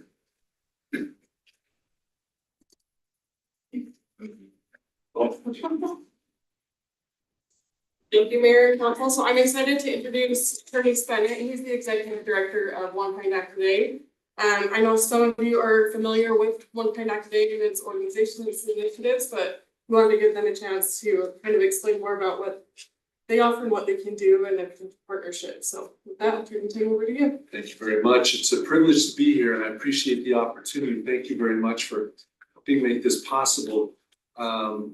There's two things I do want to recognize before I just launch in, and that is first, it is always a privilege to be able to work with the city on a kindness initiative, and we hope that as we further discussion, if there's an opportunity for further discussions, that we'll find collaborative ways for our organization to be able to work with our community and hopefully to be able to improve and advocate and amplify the narrative of kindness in the city of Orem. The second thing that I would say is I know that the city has a kindness initiative that you run on a year in, year out basis. You have a culture of kindness insofar as related to that type of opportunity and initiative. We recognize that, we're grateful for it, we appreciate it. And the other thing that I would say related to that is we're not here to supplant that. We're not here to wedge our way into something different. What we would like to be able to do if we could is to be able to supplement, help, and to be able to amplify again the message of kindness within the community. So as stated, I'm the executive director of One Kind Act Today. I get to be the director of One Kind Act Today. My wife told me if I ever come home and complain about my job, I'm an idiot, because all I do is talk about kindness. I get to lobby for kindness everywhere I go. I get to work with cities and communities. I get to work with the political arena. A lot of people tell me that the political arena is a lost cause, a fool's errand, and that I should just give up. And we disagree. We work an awful lot with businesses. We enjoy that opportunity. We work with the religious organizations. And we also work with schools. Probably the area in which we have the most fun is when we get to work with elementary schools, middle schools, and high schools. And you get to watch kids dive headlong into kindness initiatives. Children are the best mentors. And we have learned more from them about this whole concept than probably any other group out there. I often state it this way, I like the unadulterated approach that children have towards kindness. And it's really enjoyable to watch. And so we do all of that, and the last area that we work in is with the hope that everything that we do will permeate to the home. And it doesn't matter how the home looks. It can be the way, it can be one person, it can be many. It can be the way you see it, it can be the way I see it. We don't really care, but what we hope is that the initiatives that we have can ultimately go to the home and have an impact there. One Kind Act Today was founded by a local businessman. His name is Khosrow Semnani. Mr. Semnani is an immigrant to the United States and to Utah. Came to Utah many, many years ago and went to the University of Utah, liked it so much, decided to stay, raised his family here, established a business here, became very successful. In April of 2022, when COVID was being weaponized and politics was being weaponized and schools were being weaponized, he came to the conclusion that something needed to be done in order to be able to change the world. We had to do something. What I like about Mr. Semnani and what I like about his story is his feeling was, if not me, then who? And he's not a you person, he's a me person, and he decided I'm going to do something about it. And so he started this organization. It's a campaign, it's a movement. And to his credit, he endowed it with all of the resources that it will ever need. So when I come to a city, when I go to a school, when I go to a business, I do not come ever asking for any kind of financial remuneration. We're not here asking for money. In fact, if we have the opportunity to be able to work with the city, we come to the table saying that anything we promise to do, any resources we bring to bear, anything that we say that we will provide is of no cost to the city, nor to the school, nor to the religious entity. We're not asking for anything. We want to be able to provide. Whether it's speakers, whether it's banners for the city, whether it's co-branding, whether it's research, however you want to whatever it is we decide on, we come to the table, we're not going to ask for any funding in this shape or form. So I might say that again somewhere along in the middle of this presentation. I'll probably say it again at the end because no one believes in the process. And everyone wants to know what is it they're gonna have to do in order to be able to avail themselves to what we'd like to be able to accomplish. Probably my favorite quote came from the school principal when she said, "You mean you're serious? I do not have to sell cookie dough in order to be able to do it. No, you don't have to sell cookie dough, nor mattresses or anything else. We're here to be able to offer our services." We have worked with, we're working currently here in Utah County in a number of different ways. Some of you may have heard of what we did in the city of Vineyard. The city of Vineyard became our very first certified city of kindness. It's a program that we've now adopted and we're incorporating in a number of cities throughout the Wasatch Front and taking to other cities throughout the country. In Utah County, next week, Utah County is going to be passing a resolution where they want to become the first certified county of kindness. And they want to engage the rest of the cities and the rest of the and businesses within the county to participate in the kindness initiative with us. We're working already currently with the city of Alpine. Would love to work with the city of Orem. The city of Salem has also engaged us. We're going to be doing some things with them starting in September. What we typically prefer to do, and it's been a pleasure working with Jenica in this way, is we do not come to the table with a pre-described way for us to work with the city of Orem. We come with benefits, and we can show you benefits that will occur in a citywide initiative. We've got documentation. It's backed up by science. It's very reliable. It's very predictable. And we'll find that there are benefits that you're going to teach us that we're going to be able to learn as a result of doing something with your city. What we prefer to do is we prefer to come and say, here's some best practices, here's some things that we've done in the past, here's some things we might recommend for your city. But we would prefer to tailor make a program that works best for you. We know kindness, you know kindness very well, but you also know your citizens, you know your objectives, you know your goals, you know your challenges, you know the things that you've struggled with in the past. And we'd like to be able to create a program that would work for you, that would be tailor-made for you and customized for you so that it can meet the needs of your city and your citizens and your constituents. And we would hope to be able to do that in such a way that at the end of the day, when we were done, you would feel good about your initiative, we would feel good about your initiative, if we could put together a proclamation that would declare the city of Orem as a city of kindness. That proclamation is supported by the governor's office. It's now supported by your county.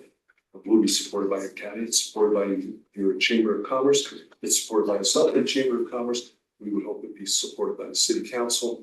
One of the good things, or one of the things we would like to be able to ask is that the city is amenable to it, that we would have a resolution that would say this is something that you would like to pursue.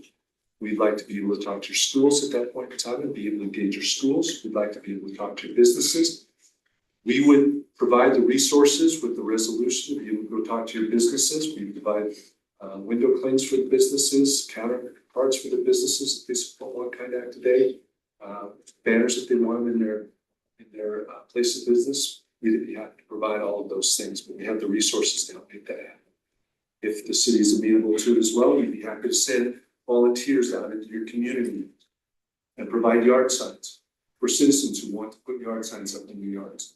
We don't want to be intrusive. We don't want to invade. We want to do whatever is right. And we want to do it in a way that is consistent with what the city is looking to accomplish. For all intents and purposes, that is that's a high level view of what it is that we would want to do.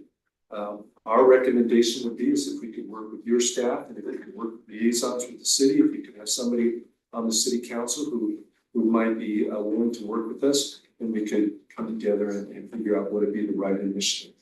Again, I know that you've done things in the past. We want to be able to work with those individuals and see what we can do to help supplement and strengthen the cause that you've had in the past. council member Miller, I think you were able to attend our summit. Yes, I hope you felt that was worthwhile. that was amazing. That was totally just impressive. Thank Great. you.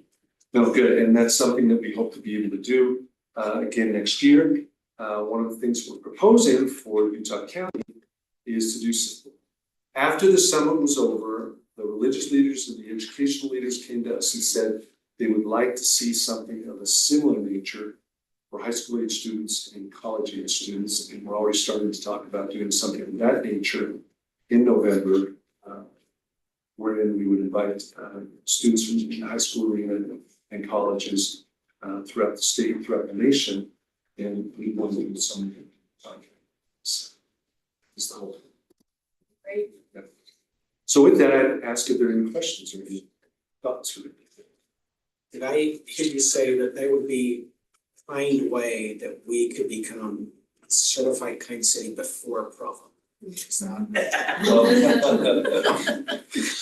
Yes, I've heard that. Yes, I absolutely did infer that. We'd love for you to be able to become a certified city council. And you didn't answer the question. You did it quite right. Yeah. You're very kind. Well, thank you very much. That's what I'm supposed to be. But I've attended a lot of city council meetings, so I know how to answer those questions. So yes, I did infer that. So I just want to say, so I did attend the Kindness Summit. That was truly amazing. I loved your religious panel. That was just incredible to hear all those perspectives and opportunities and ideas. And I signed up for the emails, which I loved the one this weekend because this week it was, really focused on Memorial Day and Met Cause. So Donnie, he's amazing, just amazing. Yeah, thank you. Thank you very much. We knew that the religious component of that particular event would be stellar, would be good. We were grateful that, so we had an imam from Austin, Texas. We had Archbishop Lester from Santa Fe. We had Bishop Philip Spiegel from the diocese here in Utah. We had Rabbi Samuel Spector from Columbia Synagogue in Salt Lake City. Elder Brian Taylor from the Church of Jesus Christ of Latter-day Saints. And their message was stellar. What was likely the quintessential symbol image of the whole event was when all of them simultaneously got up and linked arms with one another, saying, kindness is an area where we all agree. There is no religious divide. There is no social divide. There should be no social and economic divide. Kindness is an area where there is a clear common denominator. What's really interesting, one of the things that we've learned, if you don't mind me saying, society has come to some kind of a conclusion that math is correct when it comes to multiplication. You take a negative and you multiply it times a negative, you're going to get a positive. And where human relations are concerned, if you take a negative experience and multiply it with another negative experience, you're not going to get a positive experience out of it. Get a war. And so we have to figure out a way to take negatives and add a positive to it. And even in math, it says you're still going to end up with a negative. Well, the math is wrong when it comes to human relations. And so we believe that if we can take a negative and add a positive, you're going to end up with something more positive. But if we continue down the road, the negative multiplied with the negative, all we're going to end up with negativity. And so that's what we like. So if we decide to engage with you, what does that look like a year from now? So a year from now, it could mean that we've completed an initiative where you are certified as a city of kindness. If we were to do that, we'd have the proclamation that we would present in a very public way, and as public as we can make it, and as agreeable to you as a city. We'd like it to be a press conference. We probably have the First Lady come down again, like we did in the city of Vineyard. And we'd like to bring as many people into an event like that as humanly possible. But we would not like it to be a one and done. We'd like to be able to engage in such a way that we can continue to work with your city and be able to help you to promote kindness throughout the year and throughout the ensuing years to come. We want this to be something that would be an ongoing thing. So in a year from now, I hope that we could be working with your city staff and your city liaisons to continue to figure out how can we bolster the narrative of kindness that you want to see? And did you say that, yeah, did you say that, that also bleeds over into the schools? Here's what you're gonna, schools are a beautiful human epicenter. They're amazing. Because what happens is when kids get involved in kindness initiatives, the kids, the parents of these children are your religious leaders. They're your civic leaders, they're your business leaders. And you're gonna find that your parents are gonna want to support whatever it is that the kids are involved in some way, shape, or form. One of my favorite stories is when a parent called a principal and said, "What's going on with your school?" And the principal responded, "Why, give me some information." "Well, my son Johnny," I think was his name, put his dishes away last night. I don't know why he did that. He's never done that before. And then he took the garbage out. And I thought, what the heck is up with this guy? Who is this chap? Yeah, who's this job? And then when I went up to his room to say goodnight to him, his room was clean. I said, "What the heck is going on?" And he said, "Well, the school's doing a kindness initiative. We were encouraged by our parents to go home and do some nice things for our parents." And so the parent called with the purpose of saying, "I know it's a 22-day initiative. Can you do it all year long? Is there a way for us to extend this?" The kids had this opportunity to have this powerful impact in the community. It's interesting when we go talk to businesses, and as we work with these businesses to help engage kindness within their culture, they find that what started out as an initiative that they thought was going to work best for their organization, someone comes to us and says, "Hey, my kid's 6th grade class is the meanest class this side of Mississippi. Is there anything we can do to work with their school?" Or someone comes and says, "I'm on the city council. Can we do this in the community?" Or my business, my brother-in-law's business would really benefit from something like this. And what you thought was going to be a citywide, just a city initiative, turns out to become something that really would ripples out the city in really interesting ways. So the way I'm understanding what you're saying is that essentially we would use your resources, but implement it in the way that we want to throughout the city, right? We want to support you. You know Orem better than me. You know your people better than us. You've got objectives that you're trying to accomplish. You've already got a kindness initiative that you do on a year-round basis. We don't want to wedge our way in. We want to supplement and help in the best way we can. Questions? Thank you. Love kindness. Yeah. Yeah, and with one last thought. Sure. This is a kindness coin. The best way to get kindness to live on is to stop and to recognize and to celebrate an individual's kindness. More often than not, what happens when a kindness occurs is we say thank you and move on. But what we want to try and do is we want to try to get kindness to live on. And the best way again is to stop, recognize, and celebrate that kindness. This kindness coin is a way to do that. It gives me an opportunity to stop for a moment, to recognize the kindness that is I either observed or that I experienced, and to celebrate that kindness by passing this kindness on to an individual. Jennifer, for that, a very kind individual, and we really enjoyed working with her, and she's been very, very straightforward, and she's been following through with everything. It's great to have that kind of a liaison. So it's really great to have that kind of a kindness. And so for me to give her a kindness coin is an opportunity for me to be able to say to her, I want to stop. I want to recognize your kindness. I want to celebrate that by giving you this kindness coin. Kindness coin, though, is not for you to keep. It's for you to give away. It's not for you to hang on to. It's for you to give away at some point in time. In some moment, either somebody's going to perform an act of kindness to you, or you're going to witness an act of kindness, and you're going to have an opportunity to say, I want to stop. I want to celebrate or recognize, and I want to celebrate your kindness by giving this coin. In that way, we get kindness to give on. One of the best ways to do an initiative, the way that I would recommend, is to start with your own city staff. By providing them with the coins they need to work within themselves, and be able to recognize kindness as they're going on.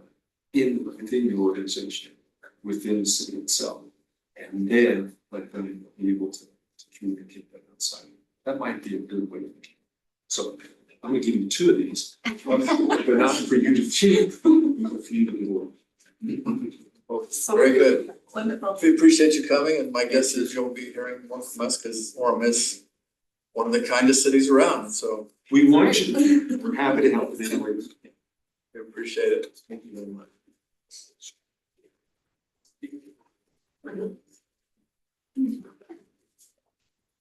Okay, we've got two more, just really quick, 5 minutes each, so we'll just do those and then we'll take a break for some food.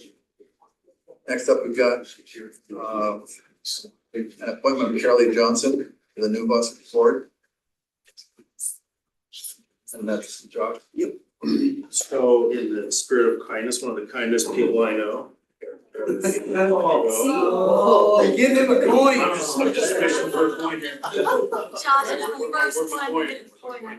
Then the kid on that.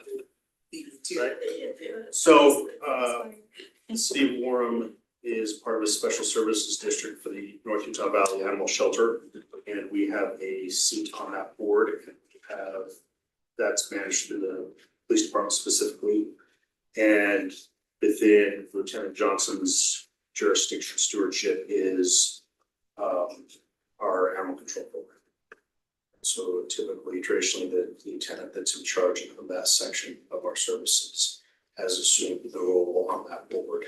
And she is part of, I think it's part of the syndicate to see confirmed your resolution for that. So I'm not quite sure what you guys want to know or we're looking for. What we do, we go every month, have a board meeting where we have everybody from every agency that's part of the district.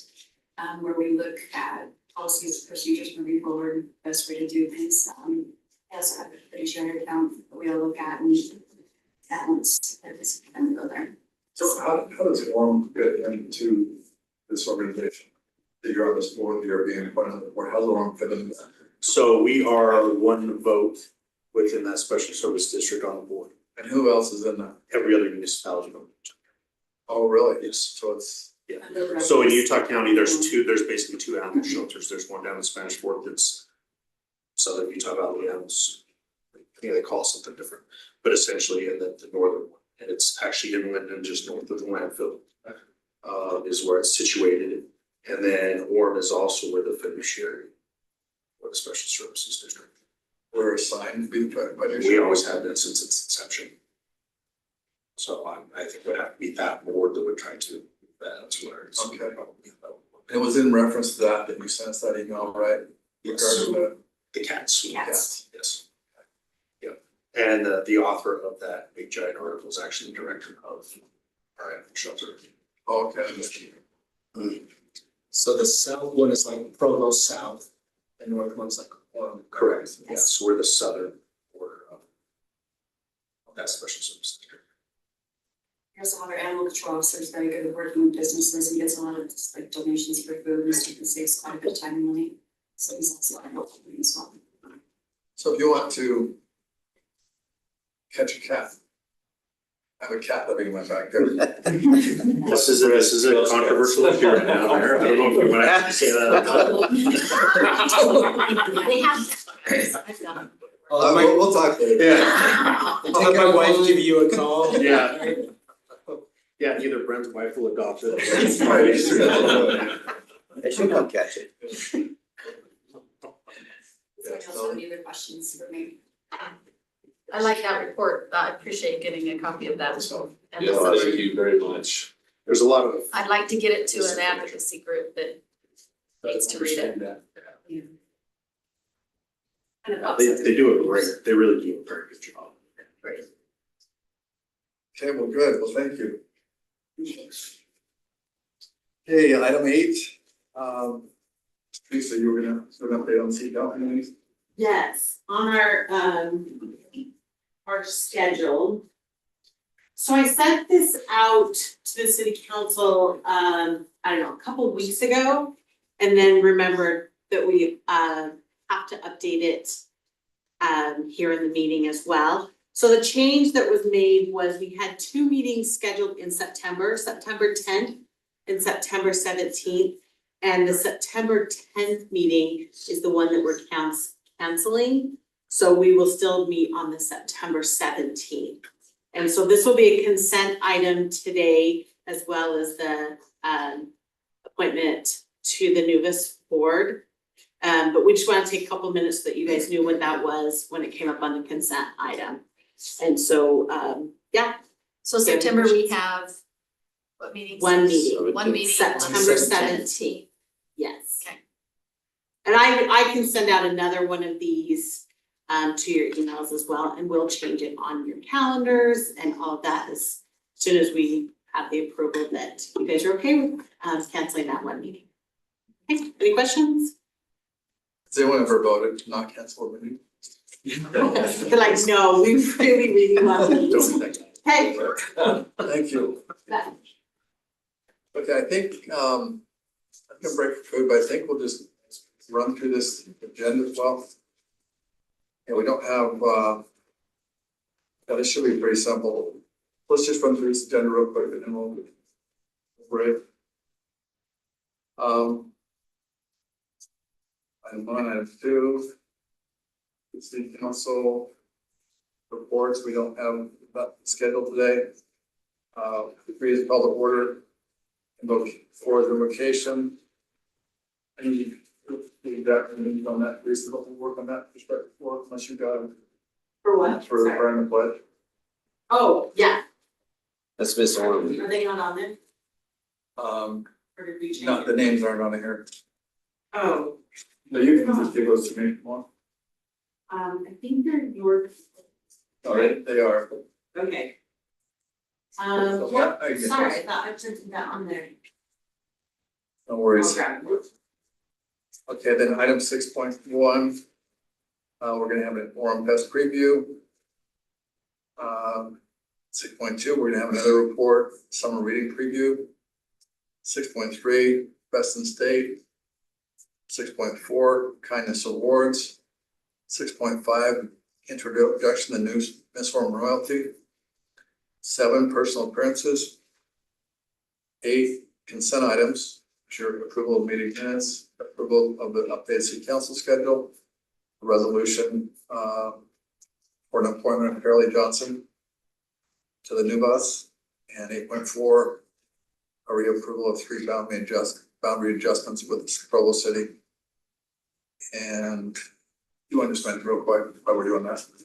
Yeah, I mean, Steve can speak to it more specifically, but as we went through that process of adjusting the boundaries with Provo, there was a miscommunication with Provo and we missed a deadline by a day. So this is just reapproving it and following the timeline constraints that the state provides for these types of boundary adjustments. So we've already discussed it in length, so this is why it's on the consent. Thank you. Number 9, schedule items and ordinance, notice requirement updates. Is that to vote on that ordinance? Yes. Okay. And I think, and then, if anyone has any questions on these, as we're going through them. That's just an update. And 9.2 is the resolution for tier 2 pickup for public safety. 9.3 is a public hearing for resolution on the CDBG fund. 9.4 is an ordinance, tax allocation. And then 9.5, a public hearing on the bond resolution. So the 9.3, that's the presentation we heard before, but this time that was just a preliminary, like now a- it's the Yeah, that resolution, was just correct? the time was passing and now we're gonna Okay. finalize it.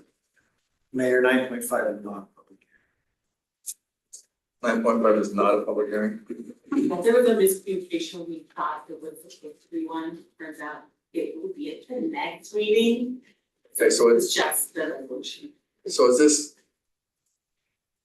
just a presentation or is this a vote also? Yes. There's an ordinance, resolution related to it, yes. Authorize us to begin the bond approval process, bond process. This is to kind of start the process. You'll take another vote at another meeting to finally approve the issuance of the bond. This is to start the process, we start the conversation. July 9th, the public hearing and the. Oh, and Laura's telling me that's not right. This is a super drivers resolution. Okay, And so it appoints designated officers. okay, And thank they you. will take final action, but we will have to hold the public hearing on July 9th. Okay, but this is just a step in the process as opposed to the final. Not the final step. Right. And you're the presenter, Mark? Yes. Okay. Janelle and I are Okay. here together. Okay. Item 10, city manager information items, item 11, adjourn, we're going to a closed session. Okay, who did what? Just kidding. You'll find out.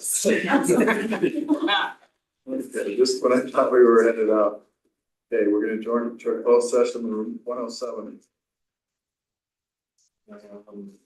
That's everything. Would someone like to make a motion to adjourn this meeting and then some of a vote? Second. Okay. Aye. We have somebody on the phone? No. Do we have any? He was on. Okay. He is, but he couldn't find the unmute button. Sorry, Mayor. Aye. Thank you. Booming voice from him. Okay, so we're adjourned and we have a volunteer for blessing on the food. Our beloved Father in heaven, we're grateful for the opportunity that we have to gather here together and learn of these issues in our city and the wonderful things happening. We're so grateful unto thee for those who work on these initiatives, and pray that thy spirit may be with us tonight in the rest of our meetings. We pray for a blessing upon the food that we're about to partake of, that it may nourish and strengthen us and give us the strength that we need to continue serving thee and our fellow man. These favors and blessings we pray for in the name of thy son, Jesus Christ. Amen. Thank you.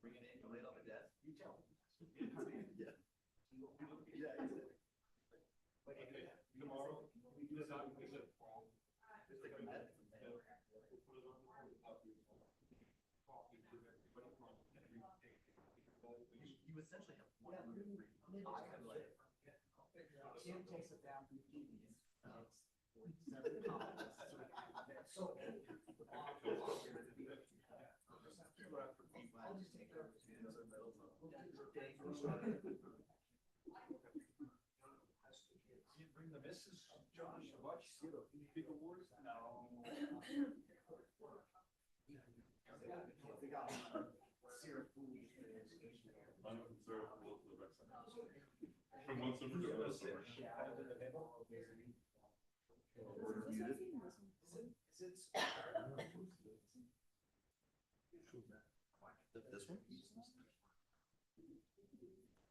Test, test. Yeah, it's on.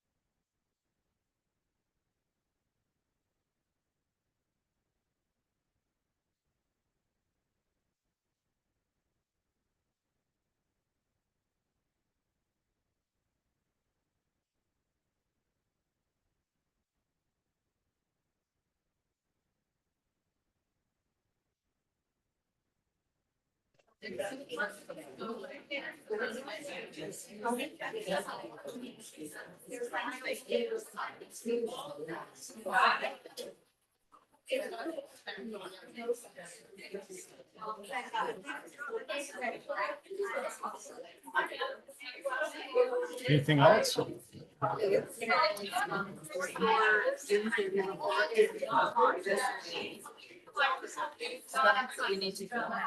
Actually, you have to, minimum, we have to get a plan for you.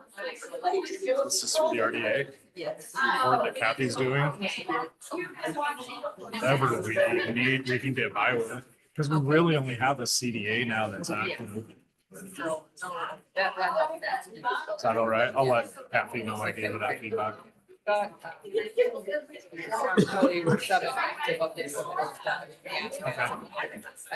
I think whatever makes the state happy. Okay, awesome, thanks. It's been a long day. No.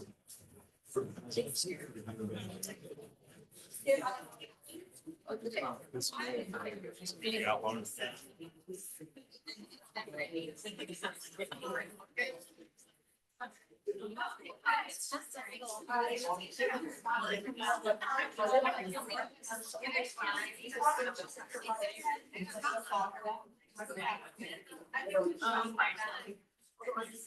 I like it. I made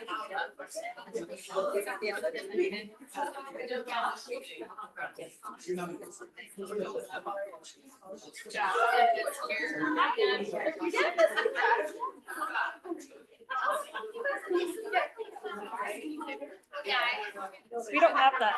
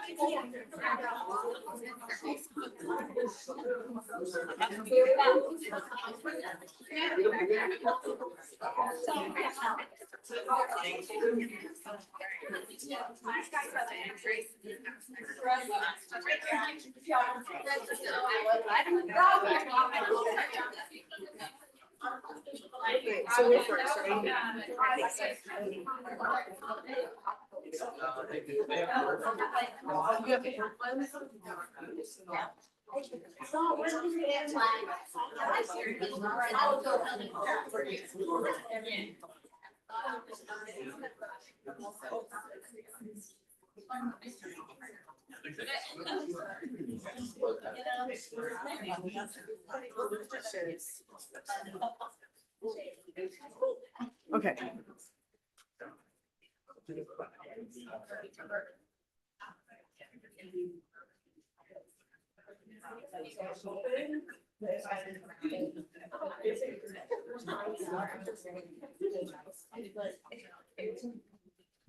Hey, what did you consider?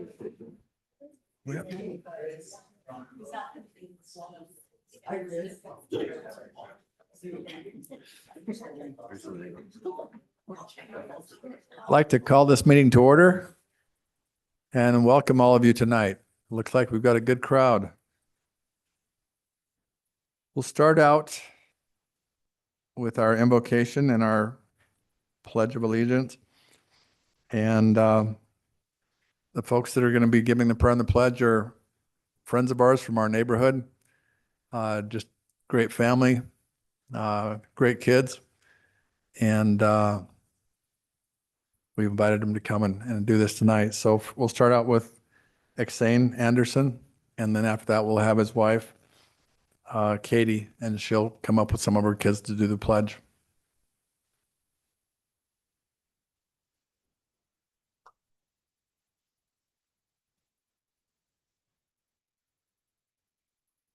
Dear kind Heavenly Father, we're grateful that we can be here together tonight, and we're grateful for the many blessings we have. We're grateful for the opportunity we have to live in a great community.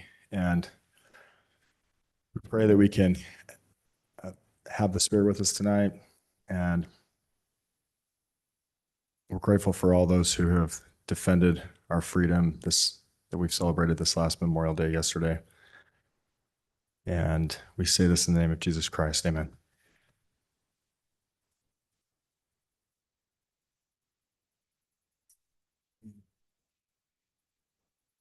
Would the audience please rise for the pledge?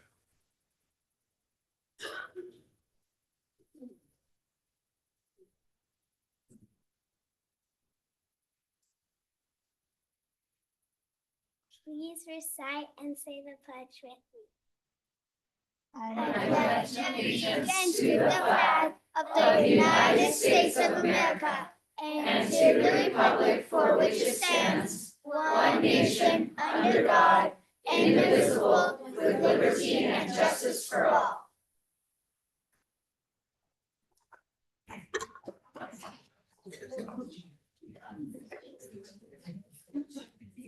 Yeah.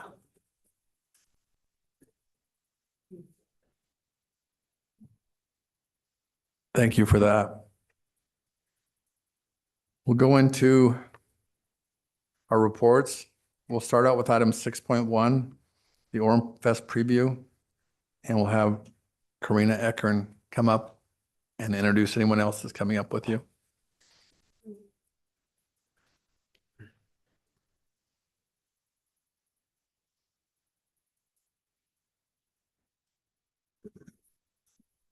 Okay. Can you believe it's Oremfest again? We're so excited for this year's Oremfest. So I'm Karina Eckern, I'm the City Events Manager. With me, we have Christy Ekins, who is the Committee Chair for Oremfest. We have Sydney Wong, the City Events Coordinator, and then we have Heather Cox, which, can you remind me what your title is? Management Analyst, I was over sponsorships. Yes. So we're excited to be here and to present to you. We do have a presentation, so we're just going to see if that pulls up. So let's just give us a second. There we go. Okay. So like I said, we're really excited to present this year's Oremfest. We cannot do this without you guys, and we cannot do this without the committee and the community for coming out to Oremfest. And so this year is going to be full of really fun, new, exciting events, but then also keeping with our traditional events that are well loved by the community. So to start off, we're going to talk about our Grand Marshal. So this year, we're excited to have Val Peterson join us as Oremfest 2024 Grand Marshal. I've actually had the privilege of interacting with him and his team, and I can just attest that he is the perfect fit that goes well into what we are looking at as a city of going into our Gold Star families and really pushing towards that great monument that we'll be having here at City. So a little bit about him. For over the past 30 years, Val has been in constant service of our nation, state, and community. He has served as a state legislator representing Orem's 56th district, and he currently serves as VP of Administration and Strategic Relations at Utah Valley University. We are just so honored to have him as our Grand Marshal for 2024 and appreciate everything he has done for the last 3 decades for our nation, state, and our city. To go into that, we are introducing our theme for this year, which is Honor, Hope, and Healing. So Orem is building Utah County's first ever Gold Star Families Memorial Monument as part of the Freedom Plaza at the new Orem City Center. The purpose of this monument is to create a dedicated space to provide honor, hope, and healing to those grieving any military loss. As an Oremfest committee, we wanted to pay tribute to our military veterans, both living and past, and as well as the Gold Star families who have made an immense sacrifices for our nation. And then the purpose of this monument is to create a dedicated space to provide honor, hope, and healing to those grieving in military service. We encourage those who are attending to stop by our community booths during our carnival to find ways to contribute to this historic project to help us honor these incredible families. I'm Christy Eakins, and I'm the committee chair this year. And to tell you, Oremfest in like just a tiny bit of, I don't know, we're so excited. The committee has worked extremely hard on top of their day-to-day duties as parents and caregivers and employees of wherever they choose to work. And I am just so proud of how much work they have put in for this amazing event, and it is going to be a great week. Do you have my notes? Nope. Sorry. There we go. Thank you. So a few things just to highlight. I'm excited about the pickleball courts in that new park area. I think that is going to be an incredible, let's see, what is it, a tournament? And who knows, maybe I'll even sign up for cornhole if there's still time. You know, there's so many things to do. Another exciting thing is a children's entrepreneurship market. I think Orem has become a really great place for businesses to start, and I think it's exciting that our kids in this area want to be part of that. I know my boys love a good lemonade stand when they can do it. So, and then along with the carnival, the boutiques, the food vendors, the parade, I mean, there are so many pieces to this event during that week that just help celebrate how amazing Orem is and all of its community and the employees who work for this great city. And so our committee is just excited and we are just so pumped. The boutiques and food vendors, we have 22 food vendors, which I don't know how many of you get to the food part of the week, because that might be the best part. If you're a food connoisseur. Because I even heard that they're bringing back the curly Texas fries. So we're covered. I'm over the boutiques, and I'm really excited to have a lot of Orem businesses part of our boutique area. We have a sunscreen company who started their company here in Orem. We have some woodworking woodworking companies coming, even like face painting, of course, and the fun airbrush tattoos are always a highlight for kids. We even have a toy kingdom, and they will be making like wood swords, and all the things you don't want your kids to play with will be there, and it's going to be a blast. We're just really excited to amplify the boutique area along with the food vendors, and are excited for what they will be bringing to Oremfest. Okay, I had the privilege of working with sponsors this year. Our lead sponsors this year were Surf Pro and Timpanogos Regional Hospital. We actually had two sponsors who wanted to be the lead sponsors, and they were willing to work together to share that head title. We had $81,250 in cash donations, and 27 businesses donated in kind, for a total of 51 total sponsors. And can I just say, Heather has done a fantastic job stepping into some big shoes to fill, but she has hit the ground running, and she has done a fantastic job creating relationship with all of our donors and businesses here in Orem. And so we could not have done with this. So Sabrina, how did that compare to last year? Compared to last year, I'll have to double check on those numbers, but we are ahead of what we had last year. Another thing too is that we had them sign contracts, so we have the money now instead of waiting for it to come after the event. So we have this now in our account. Perfect. So I'm going to talk about a few things that we have new coming to Oremfest this year.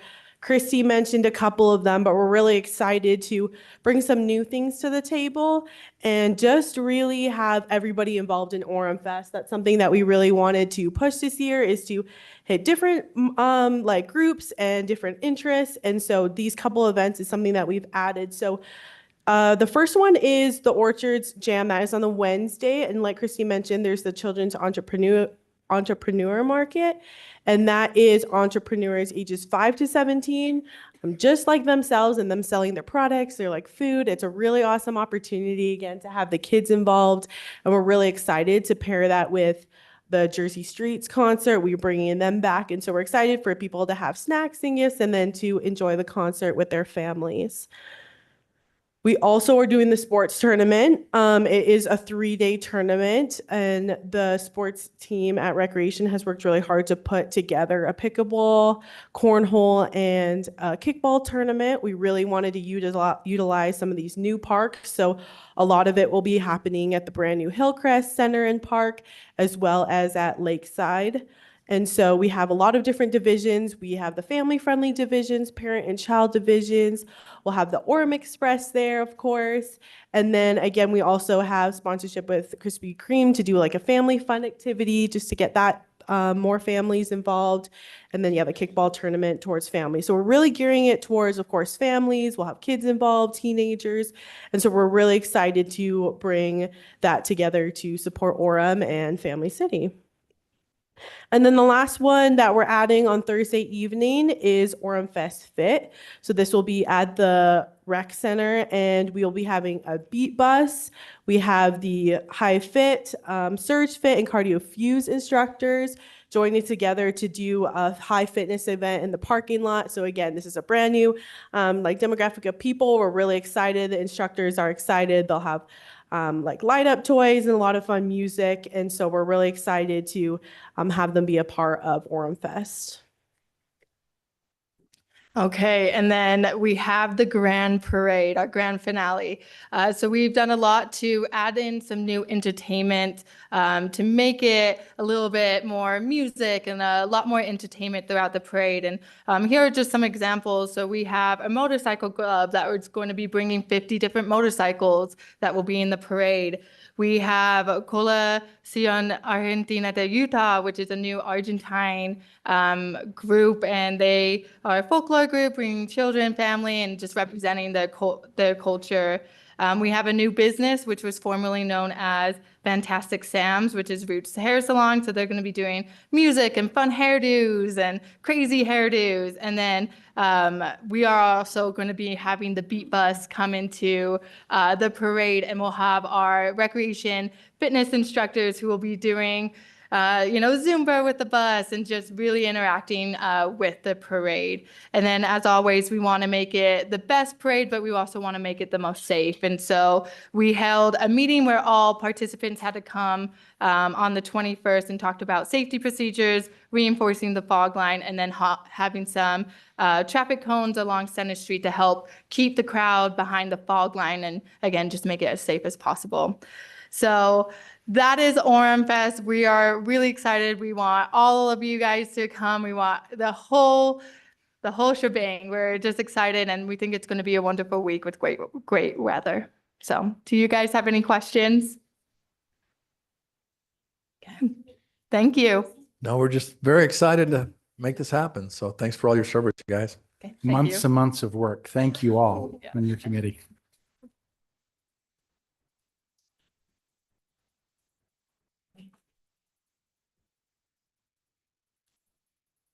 Item 6.2, a report, the summer reading preview. And this will be presented by Bryce Merrill from the library and Rec Director Jamie Bartlett from library and Megan Flinders also from the library. Mayor, Council, thank you for letting us come and spend a few minutes at this City Council meeting today. We are so excited for the Orem Public Library Summer Reading Program and that it is kicking off. Now, I know Oremfest is on the horizon. It starts, a week from yesterday, very soon. And right before it starts, we have the chance to start our summer reading program. And so I invited Jamie and Megan from our programming team, our patron experience team at the library, to tell you about this wonderful opportunity to get involved with both a really cool kickoff event, but an entire summer of events, family activities, individual adult children activities, and how you can be involved in reading and in the programs here at the public library. So I'll turn it over to them. Okay, so I'm Jamie, and I'm going to just introduce the theme for summer reading this year. We're super excited for it. It's called Adventure Begins in Your Library. And so we have all kinds of adventures set up and ready to go for this summer for people to participate in. Summer reading has always been an important part of the library every summer. We have historically had about 2,700 patrons participate. And so we are geared up for quite a crowd, and we look forward to this. Our main goal with summer reading is to encourage children and families to continue reading over the summer break, to lessen what's called the summer slide, the decline in reading skills during that summer break by reading at least 10 hours between June and July in there. And so we have all kinds of activities prepped and planned and ready to go to help them get excited about reading this summer. So I'm going to turn the time to Meg, who will tell you more about those. Hello.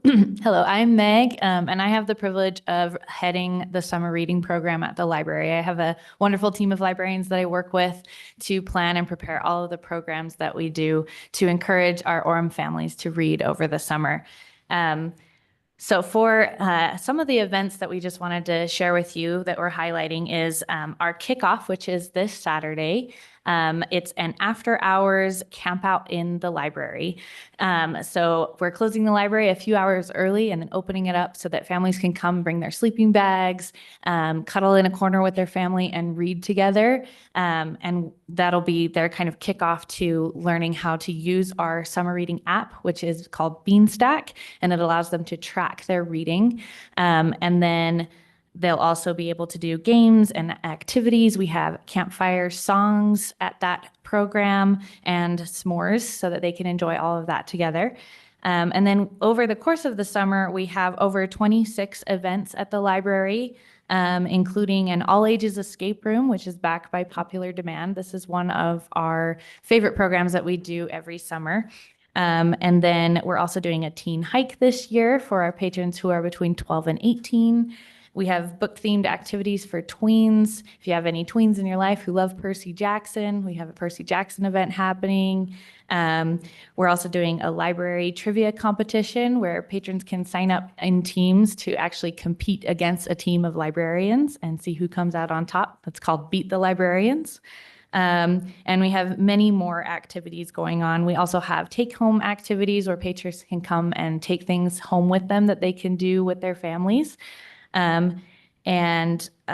New this year is our Monday family movie night. So we just started a family movie night program in January, where on the first Monday of the month, patrons can come and watch a movie in the Ashton Auditorium. And that's been very popular, and we have a high demand for that. So over the summer, we're doing one every Monday so that families can come and watch a movie together.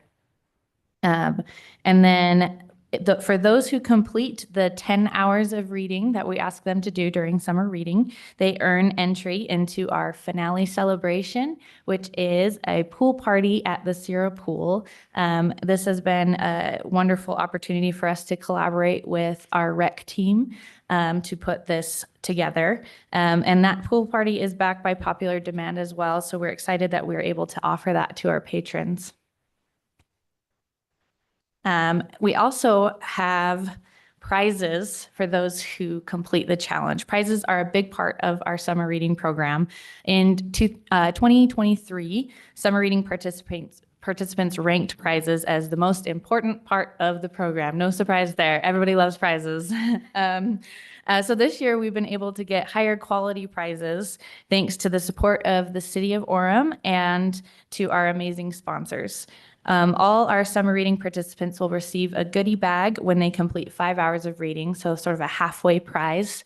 And then they will also earn a free book and a set of coupons when they complete 10 hours of reading. Many Orem businesses have generously donated coupons to be included in the goodie bags. And then we will also be able to give ticket drawing prizes to over 300 summer reading participants. So as patrons track their minutes in our Beanstack app, they earn tickets that they can enter into specific prizes that they would like to win. So a few examples of sponsored prizes include gift certificates and passes to Pioneer Book, Wingers, Timpanogos Hiking Company, Thanksgiving Point, The Quarry, Tracy Aviary, Provo Beach Resort, and many more. We will also be giving away prizes that match our theme, like tents, hiking gear, hammocks, along with books, toys, and many other prizes. All of these prizes encourage our patrons to participate in summer reading and help Orem be a more literate community. Okay.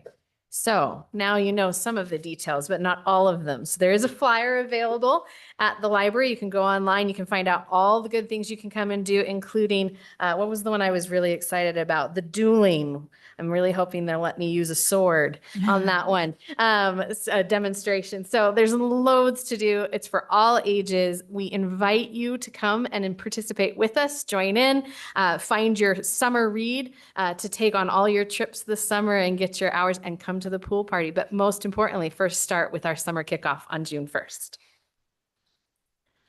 Do you have any questions for us? I just want to say, Mike, I did this with my kids several summers, and you guys really do motivate them to read. Thank you so much. Oh, thank you It's a so great much. program. We appreciate. I know, like you can tell, there's a lot of work that goes into this. So thank you so much for doing that. Thank you. Thank you. Oh, Well thank done. you. Thanks all.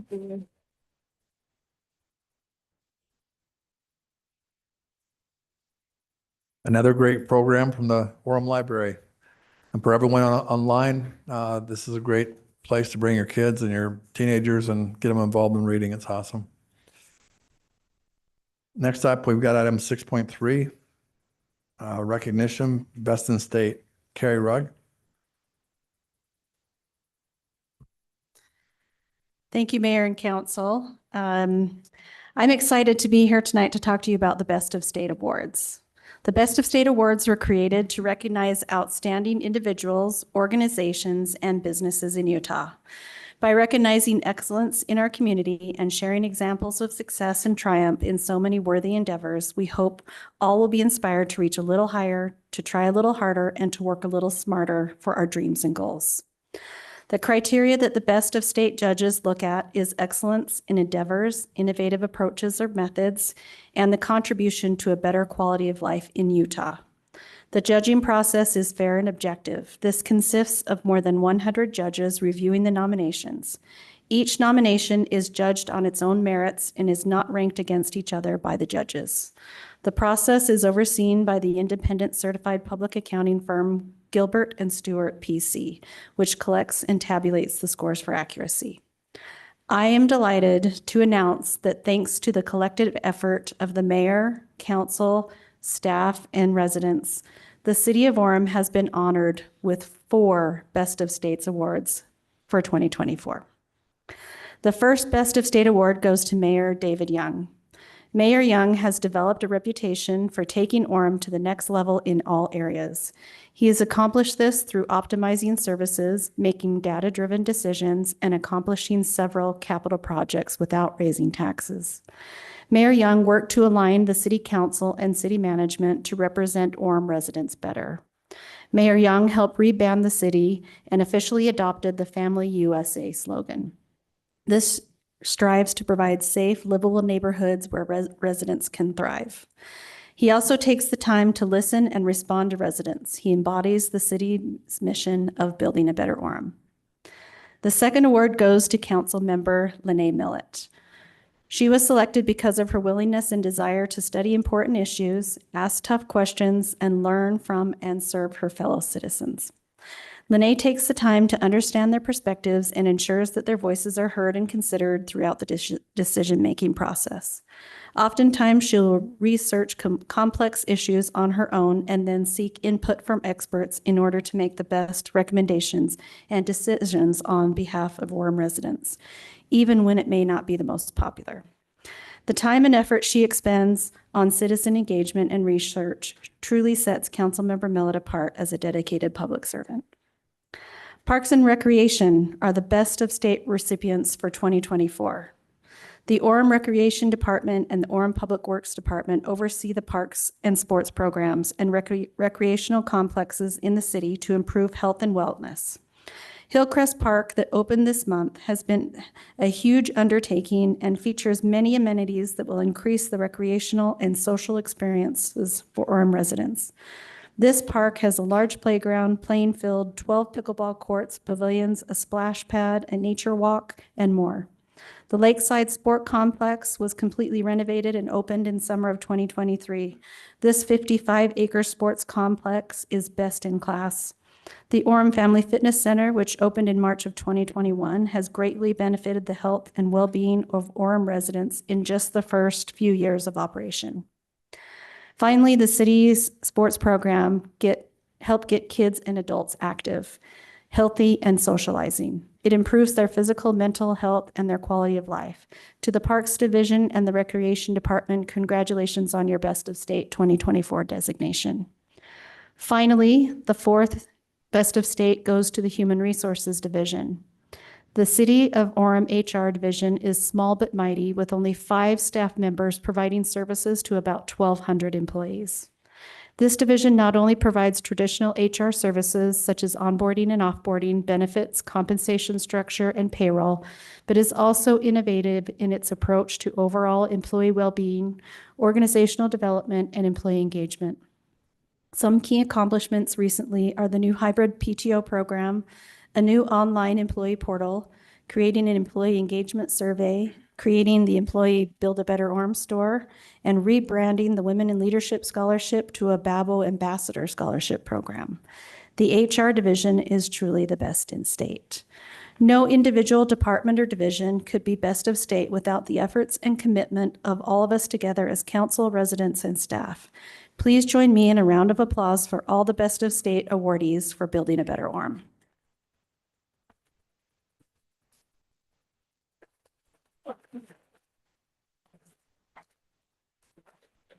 And with that, I'd like to invite all of our awarded winners up to the front for a group photo with the mayor and council.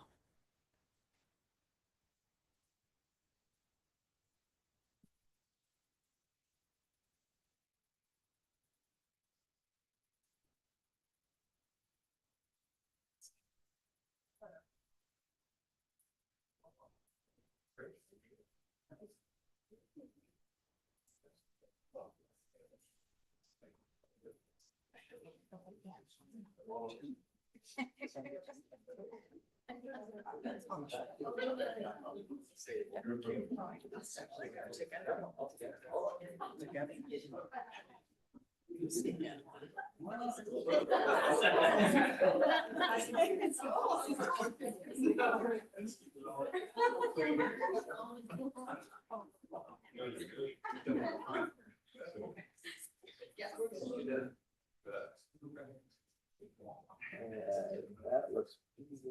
Here we go. 1, 2, 3. Thank you.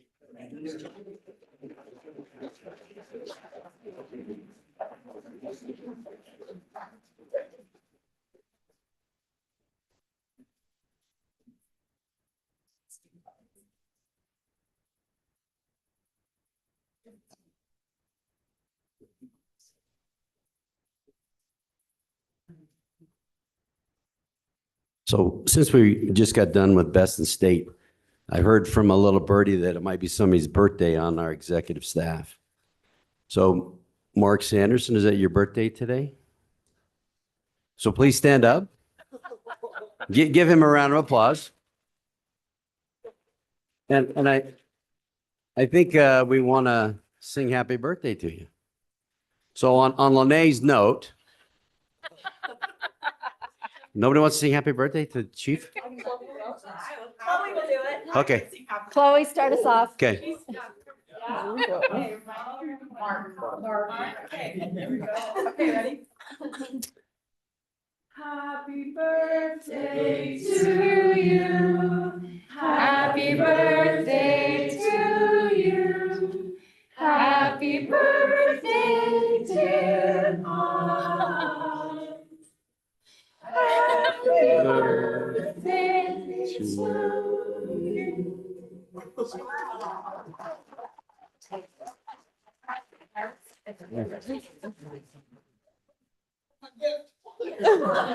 It's in the mail.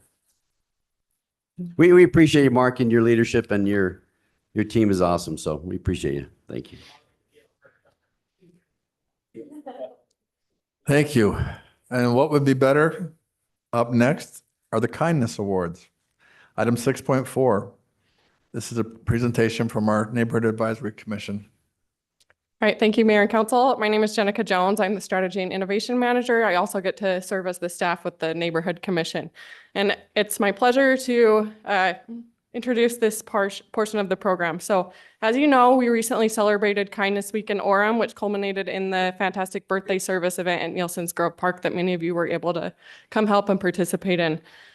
Kindness Week was started in 2016 by Glory Thomas, who was Orem's outstanding teen at the time, to promote kindness and service in Orem.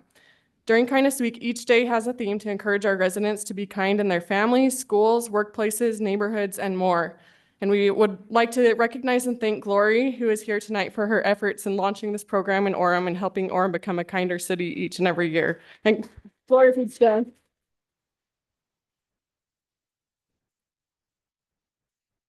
So each year, as a part of Kindness Week, we've presented kindness awards to individuals or couples, businesses, schools, and neighborhoods in Orem that have gone above and beyond to exemplify kindness in our community. Our neighborhood commission this year was able to review the nominations for these awards and vote on our kindness awards, and we have several of them here in the audience tonight. If they could also stand. And also Jenny here, but we have a few. So, Jenny, who is the chair of our neighborhood commission, will present the awards. We'll have the award winners come up and accept their plaque. And if we could have you come and stand over here, and then we'll take a big group photo at the end. That would be great. So with that, go ahead, Jenny. Thanks, Jenica. Again, I'm Jenny Scribner, the chair of our neighborhood commission. And we really did enjoy reviewing a lot of nominations and reading inspiring stories about the businesses, individuals, and schools in our community. It was a wonderful experience. So tonight, I'm excited to present the Orem's 2024 Ambassadors of Kindness Awards, Kindness Business Award, and Kindness School Award. First, the Ambassador of Kindness Award recognizes an individual, couple, or family who has impacted the community positively. This year, we want to recognize Ballard and Leah Mary Peed as Orem's Ambassadors of Kindness for 2024. And would you come and join us up here?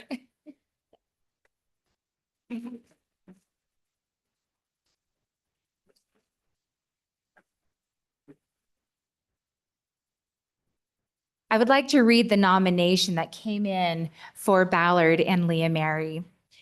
This couple is beyond kind, thoughtful, and generous. In July of 2016, their house burned down. We moved into the neighborhood less than a month later, and though they were essentially homeless and in the middle of their own crisis, they were the first people to come over, bring dinner, and welcome us to our new home. Leah Mary finds opportunities to serve and make everyone she comes in contact with feel genuinely loved. I can think of countless times I have watched her reach out to others, including myself, in small and simple ways to serve them. I cannot think of any person more deserving of the Orem Kindness Award. These two are truly the kindest people I have ever met. Thank you, Ballard and Leah Mary, for being wonderful examples of kindness in our community.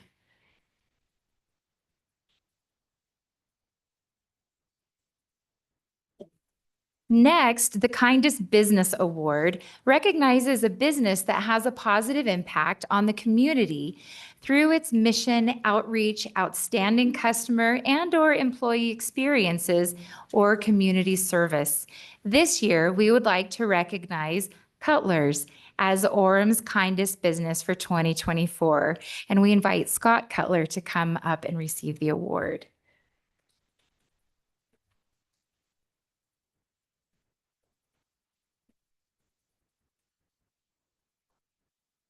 We received many nominations for Cutler's as the kindest business in Orem this year, with many nominators focusing on their kind and friendly customer service, loyalty to the city, and attractive landscaping that beautifies State Street. I will read a few of the highlights that were written about them. One nominator wrote, "Cutler's has provided services to me at no cost. They are great to work with, provide friendly service, and always go above and beyond expectations." Another person stated that Cutler's has consistently been helpful to me and my family. They go beyond just being a business. They truly care and go out of their way to help, even though we are not a paying customer. They care about Orem and its residents. They go the second mile to assist people, whether they are paying customers or not, which is very rare and a kind trait for a business. Another stated that Cutler's has a beautifully manicured appearance that speaks well of the city and the pride that they take in to have an excellent appearance. Thank you, Cutler's, for being a kind and beautiful business in our community.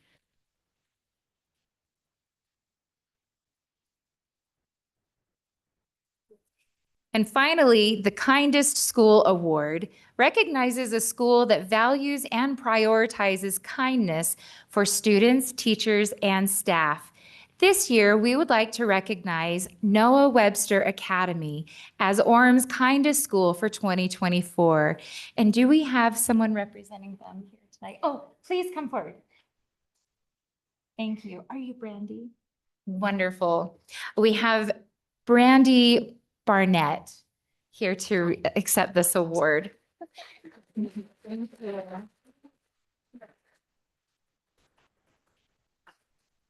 We received over 30 nominations for Noah Webster Academy this year. All of the nominators praised Noah Webster Academy for creating a culture where faculty, staff, and students consistently go out of their way to help each individual student and to create a welcoming environment. I will read a few of the highlights from their nominators. One person wrote that, quote, "My son is a second grader at Noah Webster and says that he feels like this is home away from home. This makes me feel so happy as a parent." Another individual wrote that my grandson has excelled so much at this school. He has several disabilities and the teachers and staff are so kind to work with him, praise him, and treat him with respect. Another person said that a lot of effort is put into making kids feel that they are important and belong. It is a great environment that fosters self-esteem and confidence. Thank you to Noah Webster Academy for being a wonderful example of a kind school in Orem City.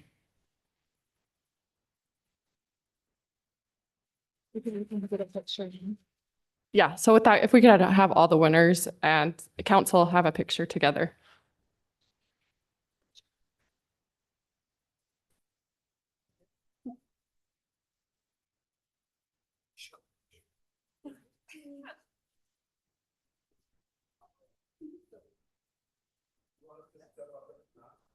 Yeah, let's go up one.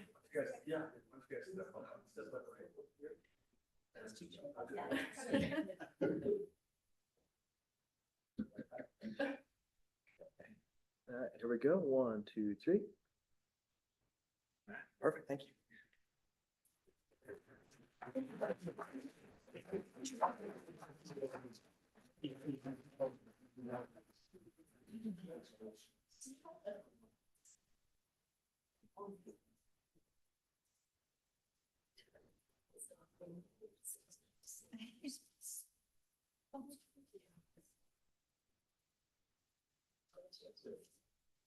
Can I just add one thing?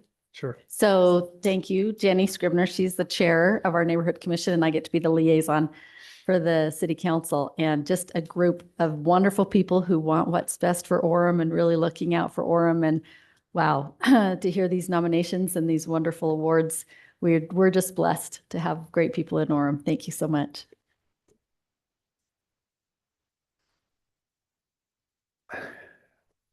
Next up, we've got an introduction of our new Miss Orem royalty. So Donna, if you'd like to come up and introduce the royalty. Half of us just walked out. Okay, thanks for coming. Well, hello, everyone. I'm Chloe Henry. I am the new Miss Orem for 2024, and I'm super excited about this opportunity. My community service initiative is entitled Confidence in Me, Building Confidence Through the Arts. So I'm hoping to have the opportunity to work with the arts departments here in our city and do a lot of really cool stuff. So that's me. I'm Riley Ramsey. I'm the first attendant. My CSI is the Survivor's Mindset Initiative, and my goal with that is to support victims of violent crimes. I'm Brooke Hendrickson. I'm the second attendant, and my community service initiative is called the SKY Project, and SKY stands for Starting Kindness Young. My goal is to go into the elementary school, specifically second grade, and teach kids the importance of being kind to others and themselves. My name is Haley Johnson, and I'm the third attendant. And my community service initiative is called Lending Aid to First Aid, and it's all about promoting and advocating for our first responders and bettering the connection between the public and especially their perception of our first responders and what they actually do, and making people feel more comfortable interacting with them, whether or not it's in an emergency or not. My name's Cameron Fenn. I'm Miss Orem's teen. My community service initiative is Art is Smart. It's about ensuring that students have a way to communicate with them. I'm Harley Wild. I'm first attendant, and my CSI is Keep It Green by Staying Clean, and that is picking up trash at our local parks and schools just to keep Orem green. I am Rachel Peck. I'm second attendant. My CSI is Recycle Today for a Better Tomorrow. My goal with this is educating people on recycling and all the benefits of that in all the different forms.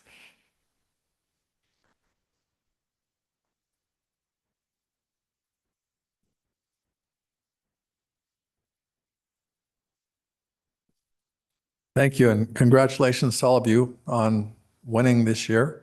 And we're excited to work with you, and we'll be seeing you a lot over the next year. You guys are very active in the community, so thank you.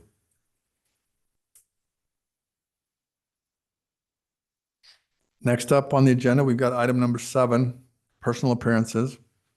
And time has been set aside for the public to express their ideas, concerns, and comments on items not scheduled as public hearings on the agenda. Please limit your comments to 3 minutes or less. We just have 2 residents who have signed up. First, Donna Boyd, if you'd like to come up.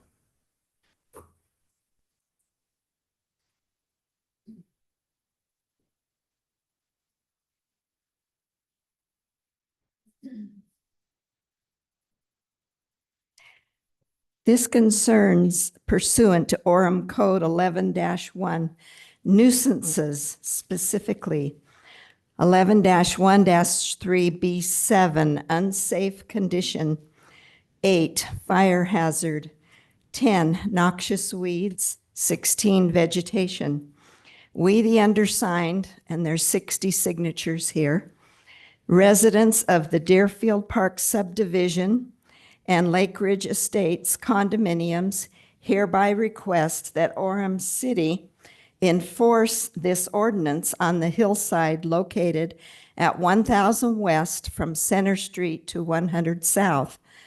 We request that the owner be required to clear or have to be cleared said hillside, including but not limited to cutting of all weeds and grasses, which are about as tall as I am now, to within 4 inches of ground level pursuant to code requirements, removal of all cut weeds and grasses, removal of all dead and weed trees, removal of all garbage or other debris that has collected on the hillside to be completed before fireworks season begins July 2nd, 2024.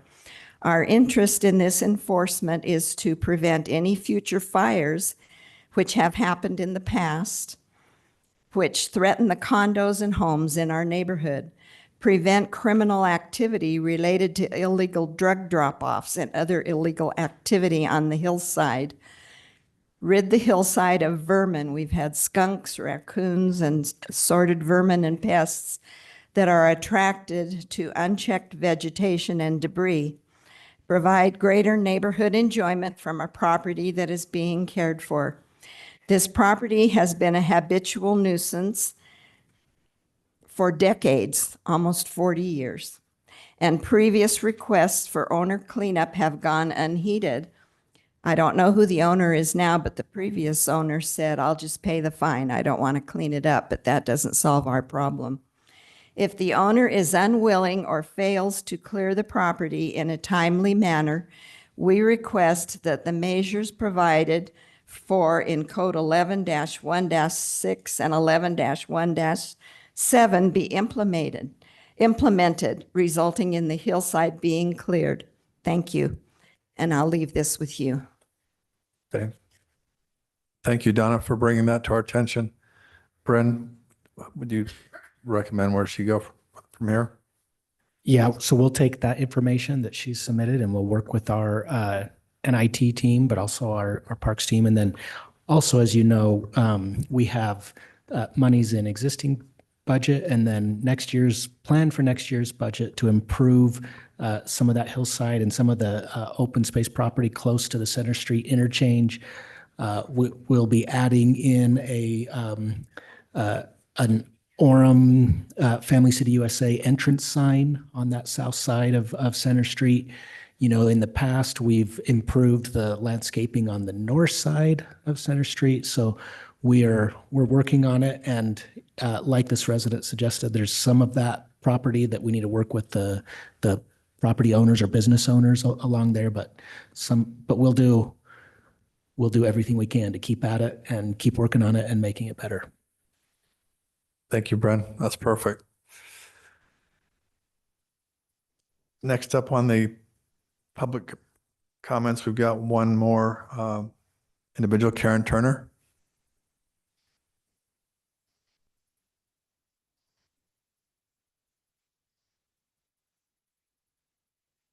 First of all, congratulations to Mayor Young and Councilman Lene Millett and the departments for earning Best in State. You've blessed Orem in your service, and we thank you for that. A couple of weeks ago, I emailed most of you to inform you of Alpine School District's decision to pull the Title I funding from Cascade Elementary. The minority students need that extra help. This is one of the many problems at the overcrowded Cascade Elementary that need to be addressed now. Orem has always done its best to take care of the students in our community.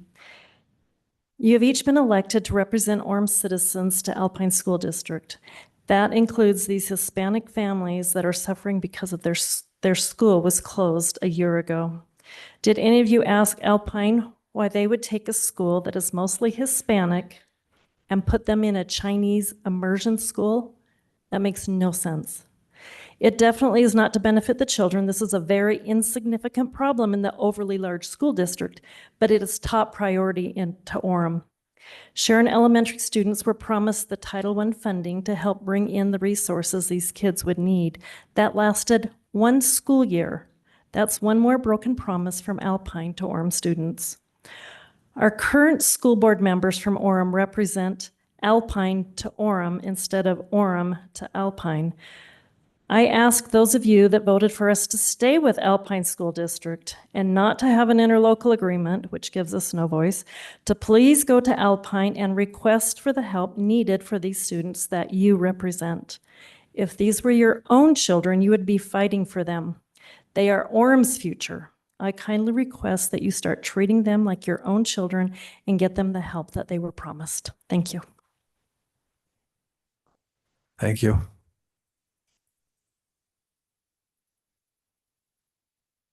All right, next up, item number 8, consent items. Item 8.1 is an approval of meeting minutes for May 7th and May 14th. Item 8.2 is an approval updated city council schedule for 2024. Item 8.3, a resolution appointment of Karalee Johnson to the North Utah Valley Animal Shelter. And item 8.4 is an ordinance, a reapproval of 3 boundary adjustments with Provo City. Someone like to make a motion on that? I move that we approve the consent items. I second that. Aye. Aye. Aye. Aye. Aye. Aye. Thank you. That's Tom McDonald remotely. Okay, the consent items are approved. Now we'll move on to item number 9, scheduled items. We've got item 9.1, an ordinance, notice requirement updates. John Ditto, if you'd like to come up, one of our assistant city attorneys.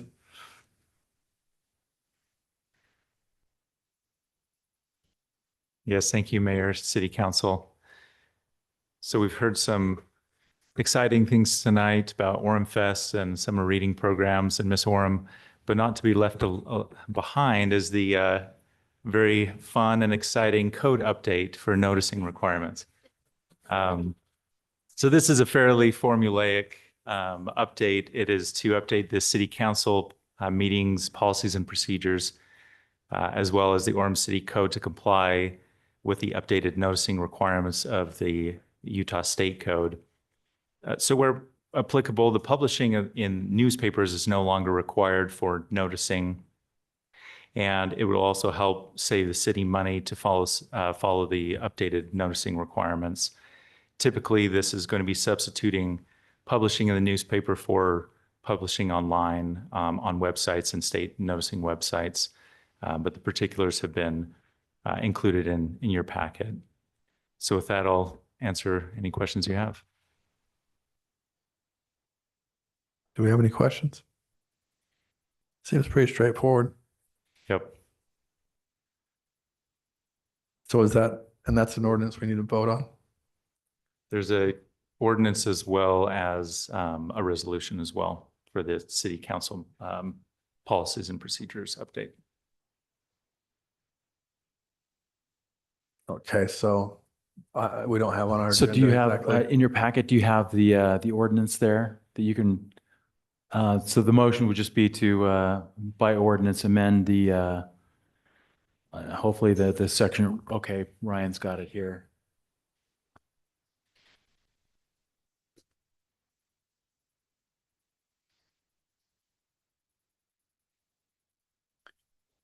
It's on page 31 and 32 in your packet, I believe. Oh, I don't have my computer. What's that? We'll look it up. Oh, sorry, 30 and 32. She's pulling it up right now. Okay. So do we need to read that? As it is? No, you would just need to say that you have a motion I make- adopting the resolution, amending, basically what the title says. Okay, I move that we adopt a resolution amending the city council meeting policies and procedures as outlined. That's good. I second that. Aye. Aye. Aye. Aye. Aye. Aye. The ordinance passes. And then I think that was the resolution. I think there's an ordinance as well Okay. on page 32.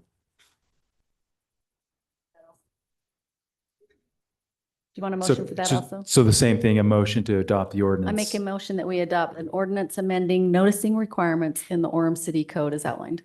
I second that. Aye. Aye. Aye. Aye. Aye. Aye. Okay, the ordinance passes. Both pass. Ordinance, resolution. Okay.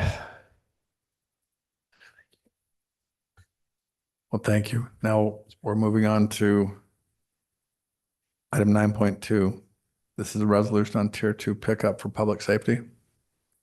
Yes, that's right. So as you know, the city participates in the Utah Retirement Systems, or URS, for the retirement benefits for their employees. And included in that is the city employees that are in the public safety retirement system and the firefighter retirement system.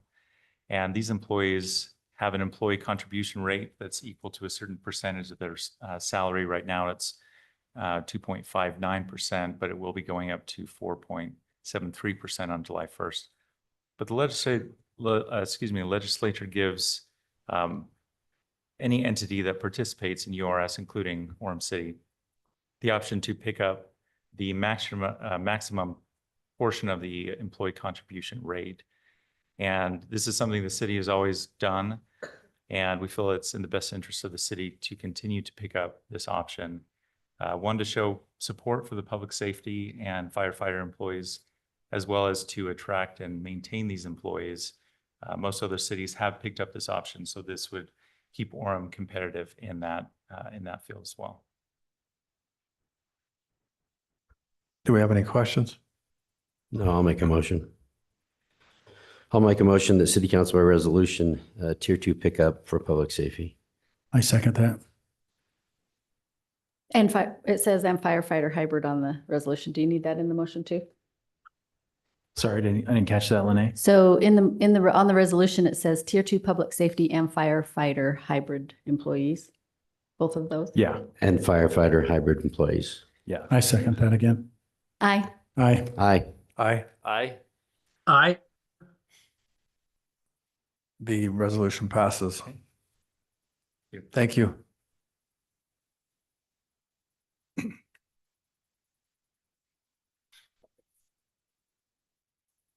Okay, next up, we've got item 9.3. This is a CDBG discussion. We've got Heather Cox, our management analyst, Ken Ransom, CDBG Advisory Commission, and Debbie LeRae from MAG.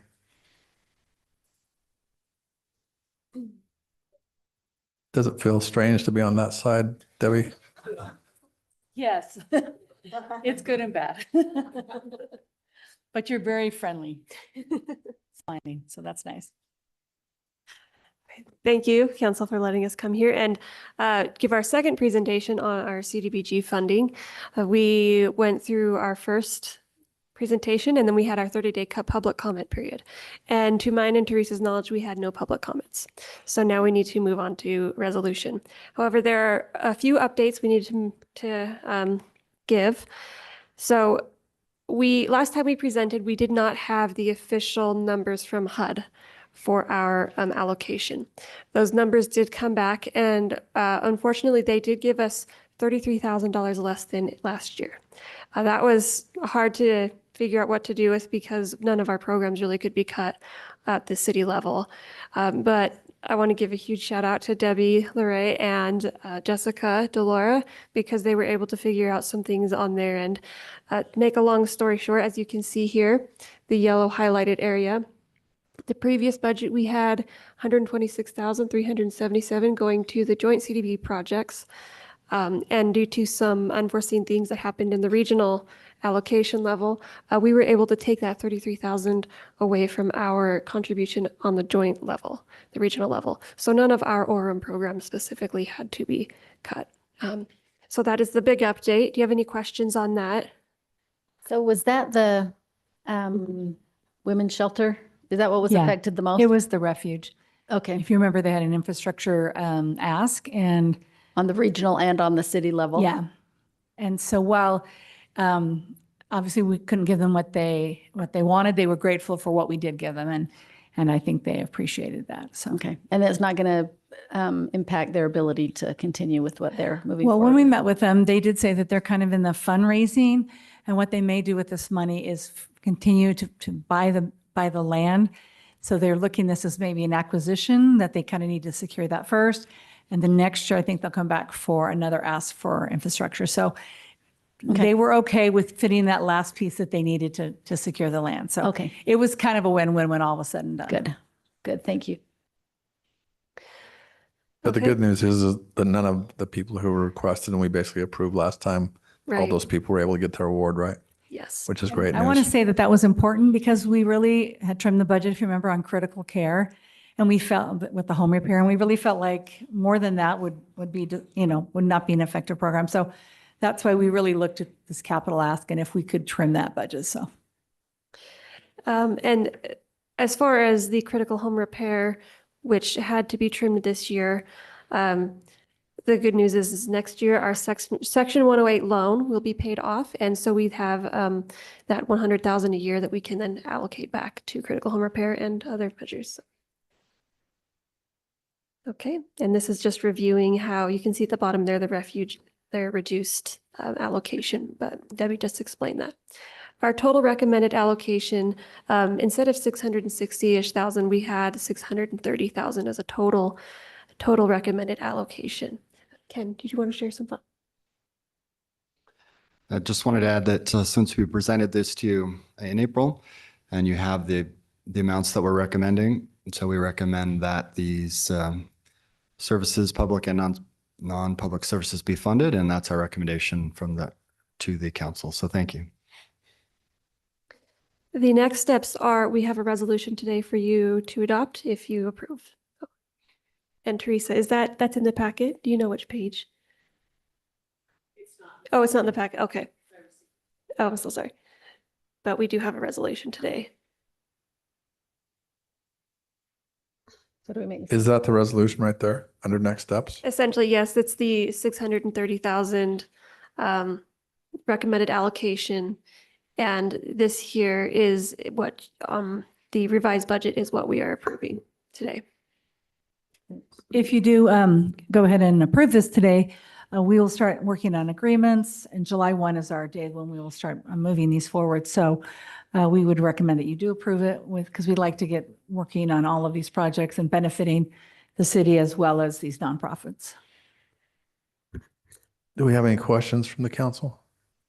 Do we need to have a public hearing? Is that part of this? We do. We already did. We did, but we were here a couple months ago and we had a 30-day public hearing public comment period, and there were no public comments. Okay, I'm just saying that because it's on the agenda as a Oh. public hearing. So I was just asking if we need to do that again. It may have been a or mistake. No. If we're okay to move forward. Steve? So I didn't remember that we'd already done that. So if we've already done the public hearing, then I think we're good. So. Okay. All right, so we're down to any other questions? I think we're all very familiar with everything that's going on. So would someone, well, can you put that back, that resolution? Oh, yes. So we say it right. This one here. Okay, I move that we support the funding recommendations and adopt the resolution approving the City of Orem Annual Action Plan for fiscal year 2024, 2025. Second. Oh, wait, we need to say the amount too, right? In the amount of? Oh, in the Oh, in the amount of, yes. $630,000, 37, I'm $630,000, $37.05. Second. Aye. Aye. Aye. Aye. Aye. Aye. Okay. I want you to know that 5 cents is going to make a big difference. Yeah, that is really interesting. But no, the resolution passes and you guys are in business for another year. So thank you.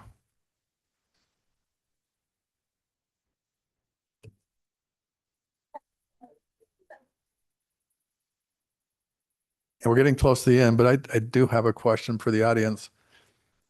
If there's something a lot more desirable about the left side of the sitting area, we need to know so we can incorporate that into our new building over there. So. How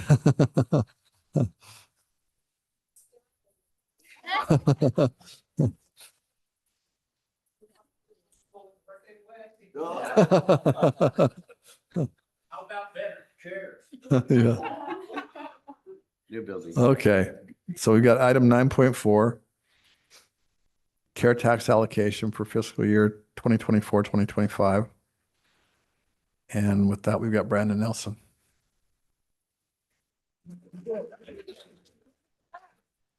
I don't know why they put a finance guy in charge of arts and rec stuff. You've never got that big of a clap before. I know. I had to ask for it.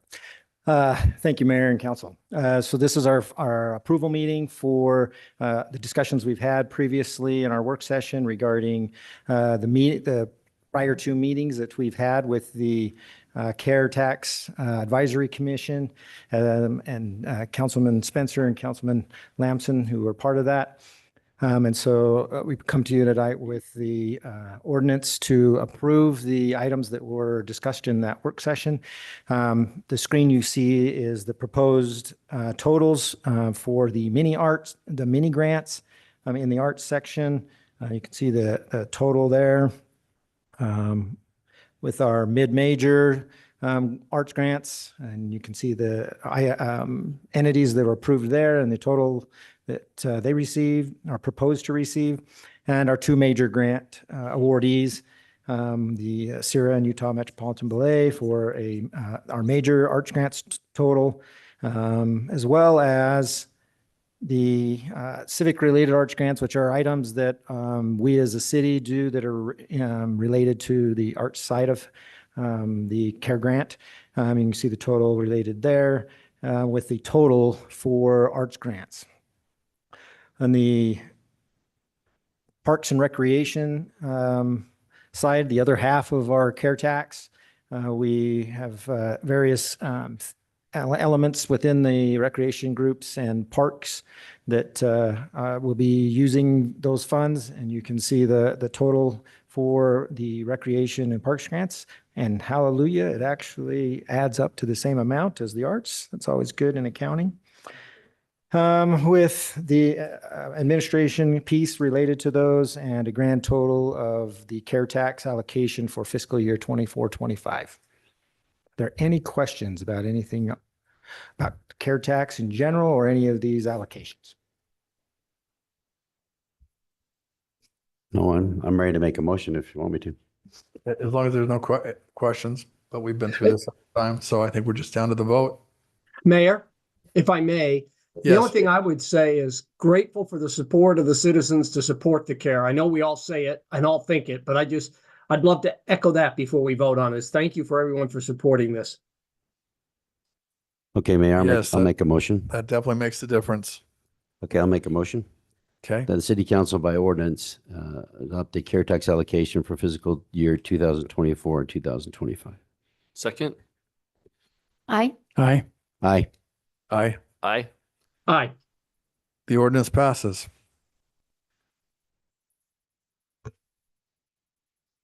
And the last thing on our agenda, item 9.5. Yes. Always. So this is a bond resolution authorizing the sale of bonds. And Brandon, if you'd like to start this off. You bet. So Mayor and Council, we have Laura Lewis with Lewis, Robertson, and Birmingham Financial Advisors with us today, as well as Chanel Salcido with legal firm of Gilmore and Bell. And they're going to discuss the forthcoming beginning of the process in relation to issuing the sales tax revenue bonds for our fire training facility and public safety improvements over at the public safety building. So I'll turn the time over to Laura. Great, thank you. Good to be here. It actually, and I don't say this very often, this is kind of a fun council meeting to come to tonight. Got someone beautiful voice singing. We are just fun here at Orem. Yeah, Come on, you you're- won't find that in No wonder Provo. you're the best Only in city. Orem. No wonder you're the best city, right? Anyway, so thank you for allowing us to be here tonight. The resolution that's before you for consideration is what we refer to as a super parameters resolution. I don't think it says the word super in it. But the idea is that through the adoption of this resolution, you will appoint any one of three members, the mayor, the city manager, or the finance director to finalize everything that needs to be done with this financing, so long as we stay within the bounds of what you adopt in this parameters resolution. And those bounds are not to exceed $11 million, not to exceed 21 years, not to exceed 5.5% interest rate with a 3% discount. So if you think, oh, 21 years, that's an unusual number. It's because sometimes we end up with like a payment date preference, and it takes us to 20 years and 1 month. And so we just want that flexibility so that that's why we have 21 years. The anticipation is that we'll finance this with 20 annual payments that will be substantially level. You have no outstanding remaining sales tax debt. I expect that you will be, I hate to go on really public record, but I will be surprised if you do not get a AAA rating from both of the rating agencies that we approach on your sales tax revenue bonds, meaning that you will have the lowest interest rate. As of Thursday, we last ran the numbers, and Thomson Reuters, the municipal market, hasn't moved much since then. At that point in time, we had a true interest cost of 4.02%. So that 5.5% allows us to be able to set the bond pricing with what's called premium coupons, which some buyers like. It's a unique thing just to my industry, which I'd be happy to educate you all on, but your heads would all hit the table by the time I was done. Anything I have left out? They're approving a public hearing for Oh, July 9th. thank you. Go right ahead. So with part of this parameters resolution, you'd also be approving a future public hearing regarding these bonds on July 9th. And Chanel went to school in Orem. She's an Yes. Orem, a one-time Orem resident. Yes. Good to be back. Which school? Mayor, Westmore Okay. Elementary. Yeah. Nice. Yeah. Yes, Tom? yeah, I'd like to ask a question. Thank you for your presentation. We've had these in the past, and sometimes interest rates drop and we're able to refinance. Who knows what interest rates will do, but will these bonds be subject to refinance should rates drop? That's a great question, Councilmember McDonald. The expectation is that we will have at least a 10-year par call. We are seeing sometimes the ability to push the underwriters and the market purchasers to a 9-year or even an 8-year par call, meaning that we would be able to price those, refund those bonds for an economic savings at that point in time. So I would say you can count on 10-year par call, and if the market is accepting of a 9-year or 8-year par call without an increase in the rates, then we would certainly push them to that. So it wouldn't be flexible on their end, but we'd be locked for 8 or 9 or 10 years, and then we could look at refinancing, but they couldn't raise our rates, just to be clarifying that, Laura. That is absolutely 100% correct. The rates can move from now until the day we price the bonds, which would be probably end of July. I don't have the calendar up right in front of me right now, but at the bond pricing that morning, those rates are all set. And if the underwriter has to underwrite some bonds, if they're not all placed, that then becomes their risk. And you execute a document called, the city executes what's called a bond purchase agreement. And as soon as that is executed, those rates are set in cement, regardless of what the market does the moment after. Thank you. And just to clarify, this is what we're voting on tonight is just to start this process. Yes. It's like an exploratory process to see if this is where Yes. we want to go, right? Yes, yeah, a parameters resolution does not bind you to issue the bonds. Once you sign the bond purchase agreement, then you are bound. Okay. And as far as we mentioned earlier, this is for the new public safety facility Yes, and the fire training facility, right? correct. Is it for anything else? The resolution allows that if there are excess funds left over, that you could use that for equipment or a fire truck. I mean, so that, so you can spend all of your money. I don't know what the exact thinking is in regard to the budget line items at the moment. Okay. And do you know where we're at as far as bonds coming off or anything coming off? That We don't have anything currently that's other than the HUD loan that you just heard about, the Section 108 loan, but that will have no impact on this. We don't currently have any sales tax revenue bonds outstanding. We do have some, obviously there's some water, sewer and bonds, but again, those don't impact this, as we couldn't use any of the funding that will be eventually coming off for those towards this kind of a thing. Correct. So really the only ones we're left with are the 2 GO bonds that general obligation bonds that we currently have. One of those is nearing its end, but we structured, I believe if I remember correctly, we structured the 2019 GO bonds kind of around the completion of those bonds. So that may not provide any additional finance capability until those 2020 or 2019 bonds are completed. Okay. So if we do wind up going down this path, essentially the thought is that this is covered from our current sales tax revenue and it fits within our budget? Correct. That is in our current fiscal 24-25 proposed tentative budget. Okay. So the upcoming budget includes this cost? Correct. Bren? Mayor and Council, what you may be referencing or thinking about to some extent is when we last talked about this in a work session, we identified that one of the major ways that we'll have the funding to pay for this is that we've had much higher than budgeted payments or revenue from Utopia on an annual basis. And that then would go towards covering this new bond from a cash flow perspective. Okay. And just so that you're aware, you're required, if this bond goes forward, to maintain a minimum of 2 times debt service coverage before you issue additional sales tax bonds. They give you some idea of the kind of headroom you have. I think it's the highest coverage I've seen, and I've done this for 34 years. I think you have, was it 34 times 40? I mean, it's 43. It's phenomenal. 43 43 times coverage. So, you could, not that I'm suggesting you go crazy issuing sales tax debt, but you have a lot of headroom. Should other projects become important to you in future years, you would have additional headroom to do those projects. Okay. And that's why you didn't want to say this in public meeting, but that's why you think there's a decent chance for a AAA rated bond because of our Absolutely. financial stability Yes. and the way we're structured. Yeah, they look at, a lot of things, and I would certainly, suggest that when the rating reports come out, you look at them. I mean, they look at everything from, environmental hazards. I mean, if you were, a city like in the mountains of California, right, that's going to be of a concern to them. They look at your administrative staff. They look at your, fund balances, how well, what kind of accumulating fund balances you have over a year.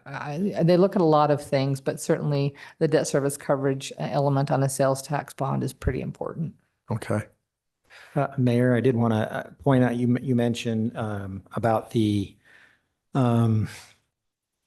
any excess, if we had some excess. And so as part of the bonds, why we included equipment and some other things in there. So for instance, we are looking at trying to receive an earmark or a federal grant towards the fire training facility. Well, if that was to occur, we got to figure out a way to spend the bond money. At the same time, we can't plan on getting that, so we need to bond and make sure we have the money to make sure that does get built. So you're kind of caught in a crosshairs a little bit there. If we were to get it, fantastic, then we have an opportunity to potentially use those grant funds towards that facility, but then use our bond money towards some other public safety type of item. Okay. That makes sense. And Brent, I don't know if anyone has this off the top of their head, but I am curious as far as where we've come from and where we are with Utopia in terms of now it's actually generating cash flow versus the deficit it originally had. Do you have those numbers? I mean, I may need Brandon to kind of help me out here, but for many years, the city had to pay for even a portion of the operational expense as Utopia was still in their, I guess, growing stages. And then within the last 7 to 8 years is when Utopia really started to turn the corner. And then after COVID, people using more smart home and Wi-Fi type appliances and services, the demand for fiber speeds increased a lot. And so since then, most recently in this upcoming budget, we'll be getting a payment back of $1 million. So it went from, I think at its worst, we were paying $500,000 just towards operational expenses. But I don't know what the current debt service level is. Brandon, do you know that off the top of your head? The pledge, you're talking about the pledge amount? Yes. It's like 3.5 million, somewhere in that neighborhood. I was going to try to look it up here real quick, but. Yeah, we can dive more into that when we come back to a future meeting. But I mean, the way I remember it, there was a significant deficit, and now that significant deficit is slowly switched to where we actually have a significant surplus, and that surplus is what we're talking about potentially using towards some of this bond to just even keep us in a better place financially. So, yes. Okay. That's a great summary. Yep. If I could just add to that also, Utopia, I think I mentioned in a previous meeting that they're actually going to be paying more than they're obligated to for 2025. At least that's the plan, and that's in their budget moving forward, that they'll actually be able to pay us back more going forward. Part of that due to the fact that they're actually working with other cities, Idaho Falls. They've contracted with a city in Montana, and so they're kind of broadening their market.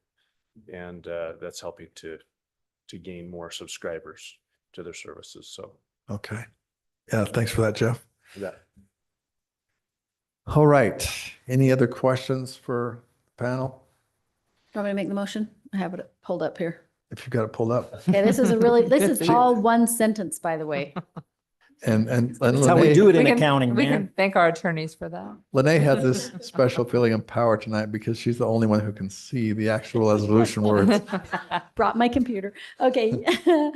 I move that we approve a resolution of the City Council of the City of Orem, Utah, the city, authorizing the issuance and sale of not more than 11 million aggregate principal amount of sales tax revenue bonds, Series 2024, fixing the maximum aggregate principal amount of the bonds, the maximum number of years over which the bonds may mature, the maximum interest rate which the bonds may bear, and the maximum discount from par at which the bonds may be sold, authorizing the posting of a notice of public hearing and bonds to be issued, providing for the running of a contest period, authorizing and approving an indenture, a bond purchase agreement, and other documents required in connection therewith, approving an official statement authorizing the taking of all other actions necessary to the consummation of the transactions contemplated by this resolution and related matters.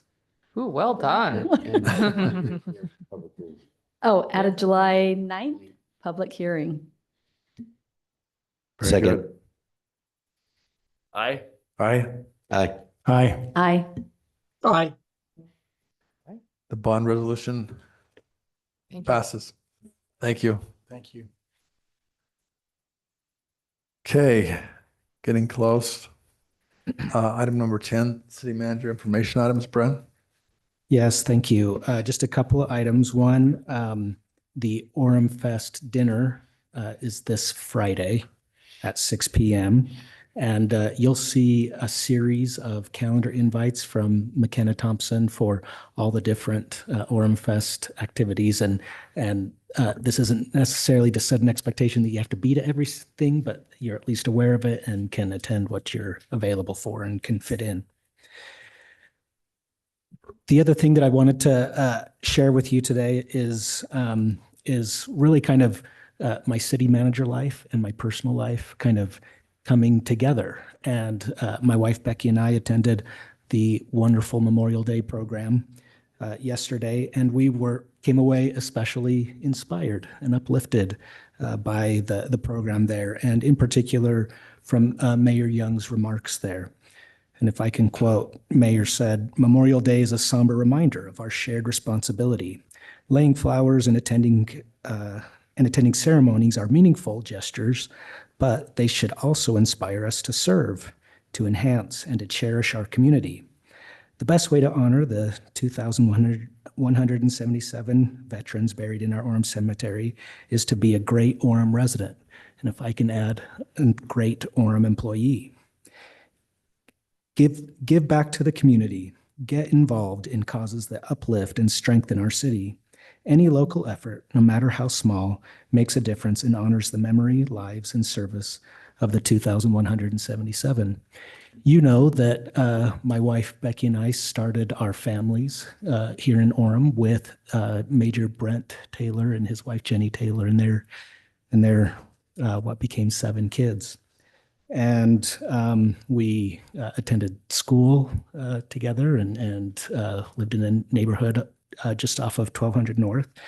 And it was during that time that I had a wonderful example of someone who self-sacrificed and believed in service first leadership.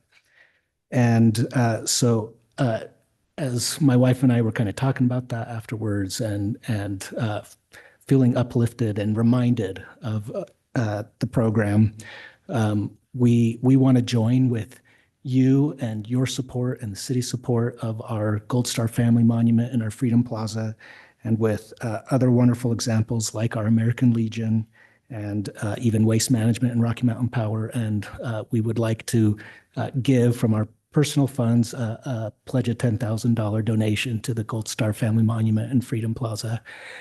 Don't share that for public recognition, but just because we truly want to be a part of that, and we love the idea of at least doing what we can, even if it's a small part.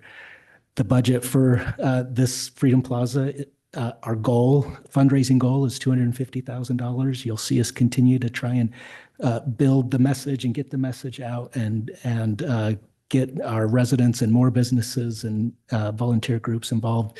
And we just want to be a small part of that. So just love Orem, love working here, love the employees we get to work with, love working with you and serving with you. So thank you.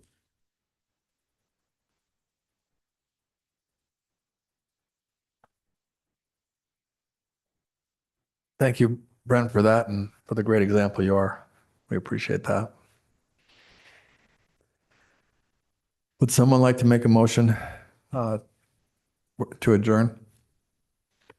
I move that we adjourn our city council meeting and move on to a closed session, room 107. Thank you. Second? To discuss pending a reasonable and imminent litigation, the character or professional competence of an individual for the purchase or lease of real property. Thank you. Aye. Aye. Aye. Aye. Aye. Aye. Okay, we'll adjourn to a closed session. Thank you all for coming. We appreciate it. What was that one? I'm sorry, what? That one. We're going to another meeting.